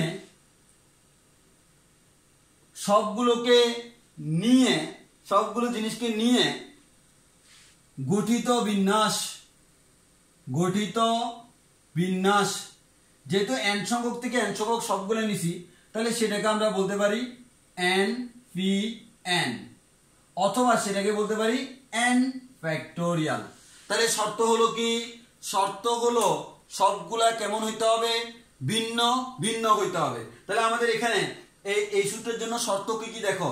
এই সূত্রের জন্য শর্তগুলো হচ্ছে, 1 নাম্বার শর্ত, সবগুলো কেমন হইতে হবে? সবগুলো ভিন্ন ভিন্ন হতে হবে। এবং 2 নম্বর হচ্ছে সব কয়টি নিতে হবে, মানে সবগুলো থেকে সবগুলো নিব, তবে সবগুলো কেমন হবে? ভিন্ন ভিন্ন হবে। যেমন যদি এরকম হয়, তাহলে আমি তোমাকে মনে করো বললাম লাভ। এই লাভ যে শব্দটা, এখানে কয়টা বর্ণ আছে, কয়টা লেটার আছে? 4টা। এই 4টা লেটার থেকে 4টাকে নিয়ে কতগুলা ভিন্ন ভিন্ন বিন্যাস করা যায়। আর তুমি বিটাকে এখানে নিতে পারো, এখানে নিতে পারো, এভাবে শিফট করা যায়। তাহলে দেখো এখানে কোন লেটার কি ডাবল আছে? না, এল একটা, ও একটা, বি একটা, ই একটা, 4টাই ভিন্ন ভিন্ন না। যখন চারটা ভিন্ন ভিন্ন কত প্রকারে সাজানো যায় 4 ফ্যাক্টোরিয়াল প্রকারে। তাহলে আমরা শিখে গেলাম আমাদের যদি সবাই ভিন্ন ভিন্ন হয় যতগুলা তত প্রকারে আমরা সাজাইতে পারবো। তাহলে এটা হচ্ছে আমার আনসার। এবার হচ্ছে লাস্ট আজকের জন্য, আজকে এই লেকচারে আমাদের লাস্ট আমরা যেটা দেখাবো সেটা একটু দেখো। এটা হচ্ছে এবার n সংখ্যক আমাদের 3 নাম্বার সূত্র। হ্যাঁ, n সংখ্যক এবার ভিন্ন ভিন্ন বলবো না, এবার হচ্ছে জিনিস থেকে। এর মানে কি বুঝতে পারতেছো? এতক্ষণ বলছি প্রথমটা n সংখ্যক ভিন্ন ভিন্ন, সেকেন্ডটা n সংখ্যক ভিন্ন ভিন্ন, এর মানে কোনো দুইটা সেম হতে পারবে না। এবার n সংখ্যক জিনিস থেকে, এর মানে বোঝা যাচ্ছে ভিন্ন ভিন্ন বলি নাই, তাই না? হ্যাঁ, এর মানে সেম হইলেও সমস্যা হবে না। n সংখ্যক জিনিস থেকে সবগুলোকে নিয়ে গঠিত বিন্যাস যেখানে ফি সংখ্যক একরকম কিউ সংখ্যক আরেক রকম, ফি সংখ্যক একরকম, কিউ সংখ্যক আরেক রকম এবং আর সংখ্যক অন্য আরেক রকম, তাহলে n সংখ্যক ভিন্ন ভিন্ন জিনিস থেকে সবগুলোকে নিব। তাহলে আমার আছে কয়টা? nটা। নিব কতগুলা? সবগুলা। তবে তার মধ্যে ফি সংখ্যক একরকম, কিউ সংখ্যক অন্য আরেক রকম, আর সংখ্যক অন্য আরেক রকম। এই ক্ষেত্রে দাঁড়িয়ে দিবা, এই ক্ষেত্রে বিন্যাস সংখ্যা সমান n factorial divided by P factorial into Q factorial into R factorial. যেমন আমার নামটা, আমি যদি আমার নামটা দিয়ে যদি তোমাকে দেখাই, আমার পুরো নামটা, আমার নাম যদি দিই ইফতেখার, তারপর দিলাম হোসাইন, তারপর দিলাম ইমু। এখন দেখো আমি বললাম ইফতেখার শব্দটি সবগুলো বর্ণকে নিয়ে কত প্রকারে সাজানো যায়।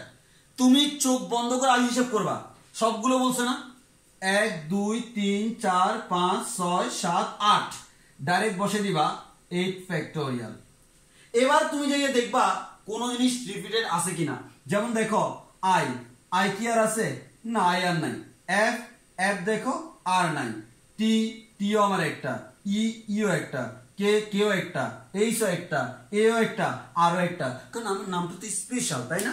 হ্যাঁ, তুমি আমার নাম দিয়ে পুরোটা শিখিয়ে ফেলতে পারবা, আর আমার নামে সবকিছু আছে। তাহলে এটা হচ্ছে 8 ফ্যাক্টোরিয়াল। এটা হচ্ছে ঠিক এর আগের সমস্যাটা, 2 নাম্বারটা, তাই না?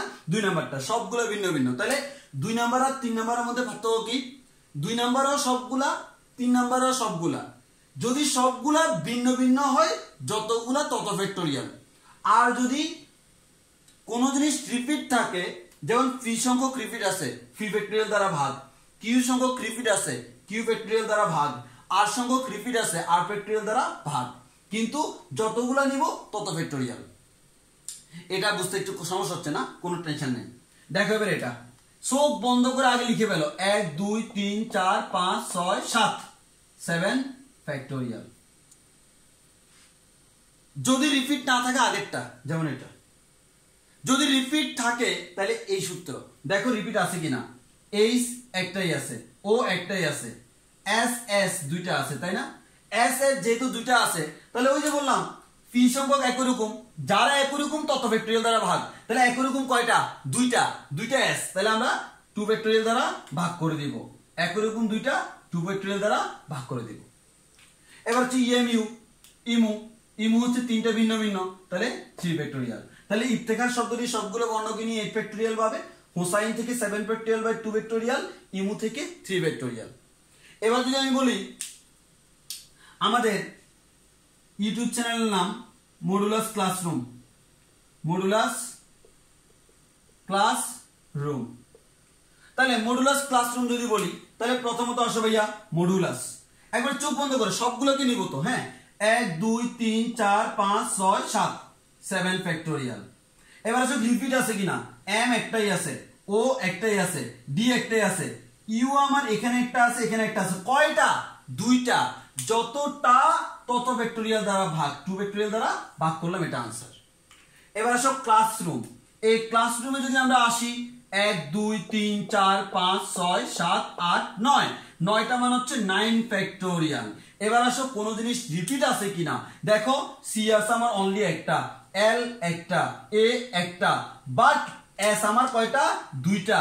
এস যেহেতু দুইটা, 2 ফ্যাক্টোরিয়াল দ্বারা ভাগ করতে হবে, দুইটা এস এর জন্য 2 ফ্যাক্টোরিয়াল দ্বারা ভাগ করলাম। আবার ও কিন্তু দুইটা, এই দুইটা ও এর জন্য আবার 2 ফ্যাক্টোরিয়াল দ্বারা ভাগ করব। এরকম করবা না যে দুইটা এস দুইটা ও 2 × 4 ভোল্ট, না এরকম না। একই রকমের যারা আছে তারা যতটা আছে তত ফ্যাক্টোরিয়াল। এস আছে দুইটা, 2 ফ্যাক্টোরিয়াল দ্বারা ভাগ, এই 2 ফ্যাক্টোরিয়াল এস এর জন্য, এই 2 ফ্যাক্টোরিয়াল হচ্ছে কার জন্য? ও এর জন্য। এবার তুমি ক্যালকুলেটর মাইরে ক্যালকুলেশন করলে যা আসে সেটাই তোমার आंसर। তাহলে আমরা বলতে পারি কি আমাদের 9 ফ্যাক্টোরিয়াল, তাহলে আমাদের আশা করি বুঝতে পারছি। এবার কয়েকটা एग्जांपल দিয়ে আমরা আমাদের ক্লাস শেষ করে দিব। হ্যাঁ, আমাদের কয়েকটা एग्जांपल দিয়ে আমরা আমাদের आंसर শেষ করে দিব, মানে প্র্যাকটিস, কয়েকটা প্র্যাকটিস প্রবলেম। তাহলে তোমরা আমার সাথে করতেই থাকো, আমি জাস্ট বলে দিই তুমি কি কি লিখবা। আমার প্রথমটা হচ্ছে এক্স গার্লফ্রেন্ড, GIRLFRIEND, এটা করবা। তারপর হচ্ছে এক্স বয়ফ্রেন্ড, FRIEND, তারপর লিখবা রোমান্স, ROMANCE। তারপর আমরা লাস্টে এক্স গার্লফ্রেন্ড এক্স বয়ফ্রেন্ডের রোমান্স দেখে আমরা হাসবো, হি হি হি।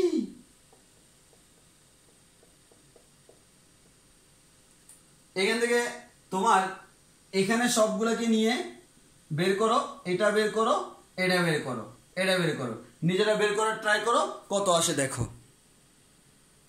তাহলে আমি এখানে একটা জিনিস বলি, তাহলে খেয়াল করো। তাহলে ডাইরেক্ট বলে ফেলবো এক্স গার্লফ্রেন্ড কয়টা আছে? 1 2 3 4 5 6 7 8 9 10 11 12। তাহলে 12 ফ্যাক্টোরিয়াল। এবার আছে রিপিট আছে কিনা, ই একটাই আছে, এক্স একটাই, জি একটাই আছে, আই দেখো আই এখানেও আছে, এখানেও আছে, টোটাল আই কয়টা? দুইটা, 2 ফ্যাক্টোরিয়াল দ্বারা ভাগ। আর এখানে একটা আছে, এখানে একটা আছে, দুইটা, তাহলে 2 ফ্যাক্টোরিয়াল দ্বারা ভাগ। এল একটাই আছে, এফ এখানে একটা, এখানে একটা, তাহলে 2 ফ্যাক্টোরিয়াল দ্বারা ভাগ, দুইটা, এন্ড ডি।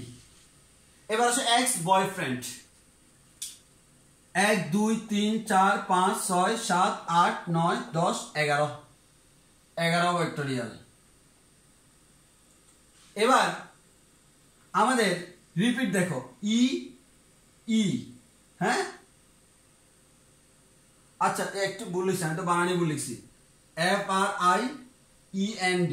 ওকে, তাহলে আমাদের এফ দুইটা না, হ্যাঁ আমাদের এফ দুইটা না, আমাদের ই দুইটা, একটা ই এ আর একটা ই, হ্যাঁ দুইটা ই এর জন্য একই কথা দিয়ে দিচ্ছি, সেম ভাবে হবে।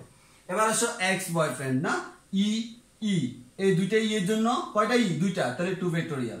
দেন হচ্ছে এক্স একটা, বি একটা, ও একটা, ওয়াই একটা, এফ একটা, আর একটা, আই একটা, হ্যাঁ তারপর হচ্ছে এন একটা, ডি একটা। তাহলে আমরা বলতে পারি এখানে আমাদের আর কোনো রিপিট নাই তো, নাই, শুধু ইটাই আমাদের রিপিট, না শুধু ইটাই আমাদের রিপিট। তাহলে আমরা এখান থেকে বলতে পারি আমরা কি দ্বারা ভাগ করব? 2 ফ্যাক্টোরিয়াল দ্বারা ভাগ করব। এবার আসে রোমান্স, 1 2 3 4 5 6 7 7 ফ্যাক্টোরিয়াল। রিপিট আছে, আর আছে একটা, ও একটা, এম একটা, এ একটা, এন একটা, সি একটা, ই একটা। দেখো এক্স গার্লফ্রেন্ড আর এক্স বয়ফ্রেন্ডের তুলনায় রোমান্সটা কিন্তু ইউনিক, হ্যাঁ রোমান্সটা এখানে মিলে না।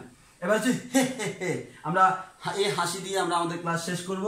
তাহলে আমার এখানে কয়টা আছে 1 2 3 4 5 6, তাহলে 6টা হচ্ছে 6 ফ্যাক্টোরিয়াল ডিভাইডেড বাই আমার এইচ কয়টা আছে 1টা 2টা 3টা, 3টা মানে হচ্ছে 3 ফ্যাক্টোরিয়াল, আর ই আছে 3টা মানে হচ্ছে 3 ফ্যাক্টোরিয়াল। ক্যালকুলেশন করলে যা হয় সেটাই আমার আনসার। আর এটা হচ্ছে আমরা একটু বলি, তোমরা অনেকে মনে করো N2O তাকে তোমরা হাস্যকর গ্যাস বলো, মানে হাসির উদ্রেক করে। আমি বলি কি ভাই, হিলিয়াম হিলিয়াম হিলিয়াম মানে কি হে হে হে, আর এই হে হে হে কে আমরা বলি হাস্যকর গ্যাস। তো আমার ভাষায় হাস্যকর জ্ঞান হচ্ছে হে হে হে। আজকের ক্লাস এতটুকুই শেষ, আমরা হেসে হেসে শেষ করে দিলাম। যদি তোমাদের কোনো কিছু বুঝতে প্রবলেম হয় অবশ্যই জানিয়ে দিবা, ইনশাআল্লাহ আমরা নেক্সট ক্লাসগুলোতে আরো অনেক কিছু পড়াবো। আজকে এতটুকু পর্যন্ত সবার সুস্থতা কামনা করে আমার আজকের ক্লাস এখানে শেষ করতেছি। ধন্যবাদ সবাইকে, আসসালামু আলাইকুম।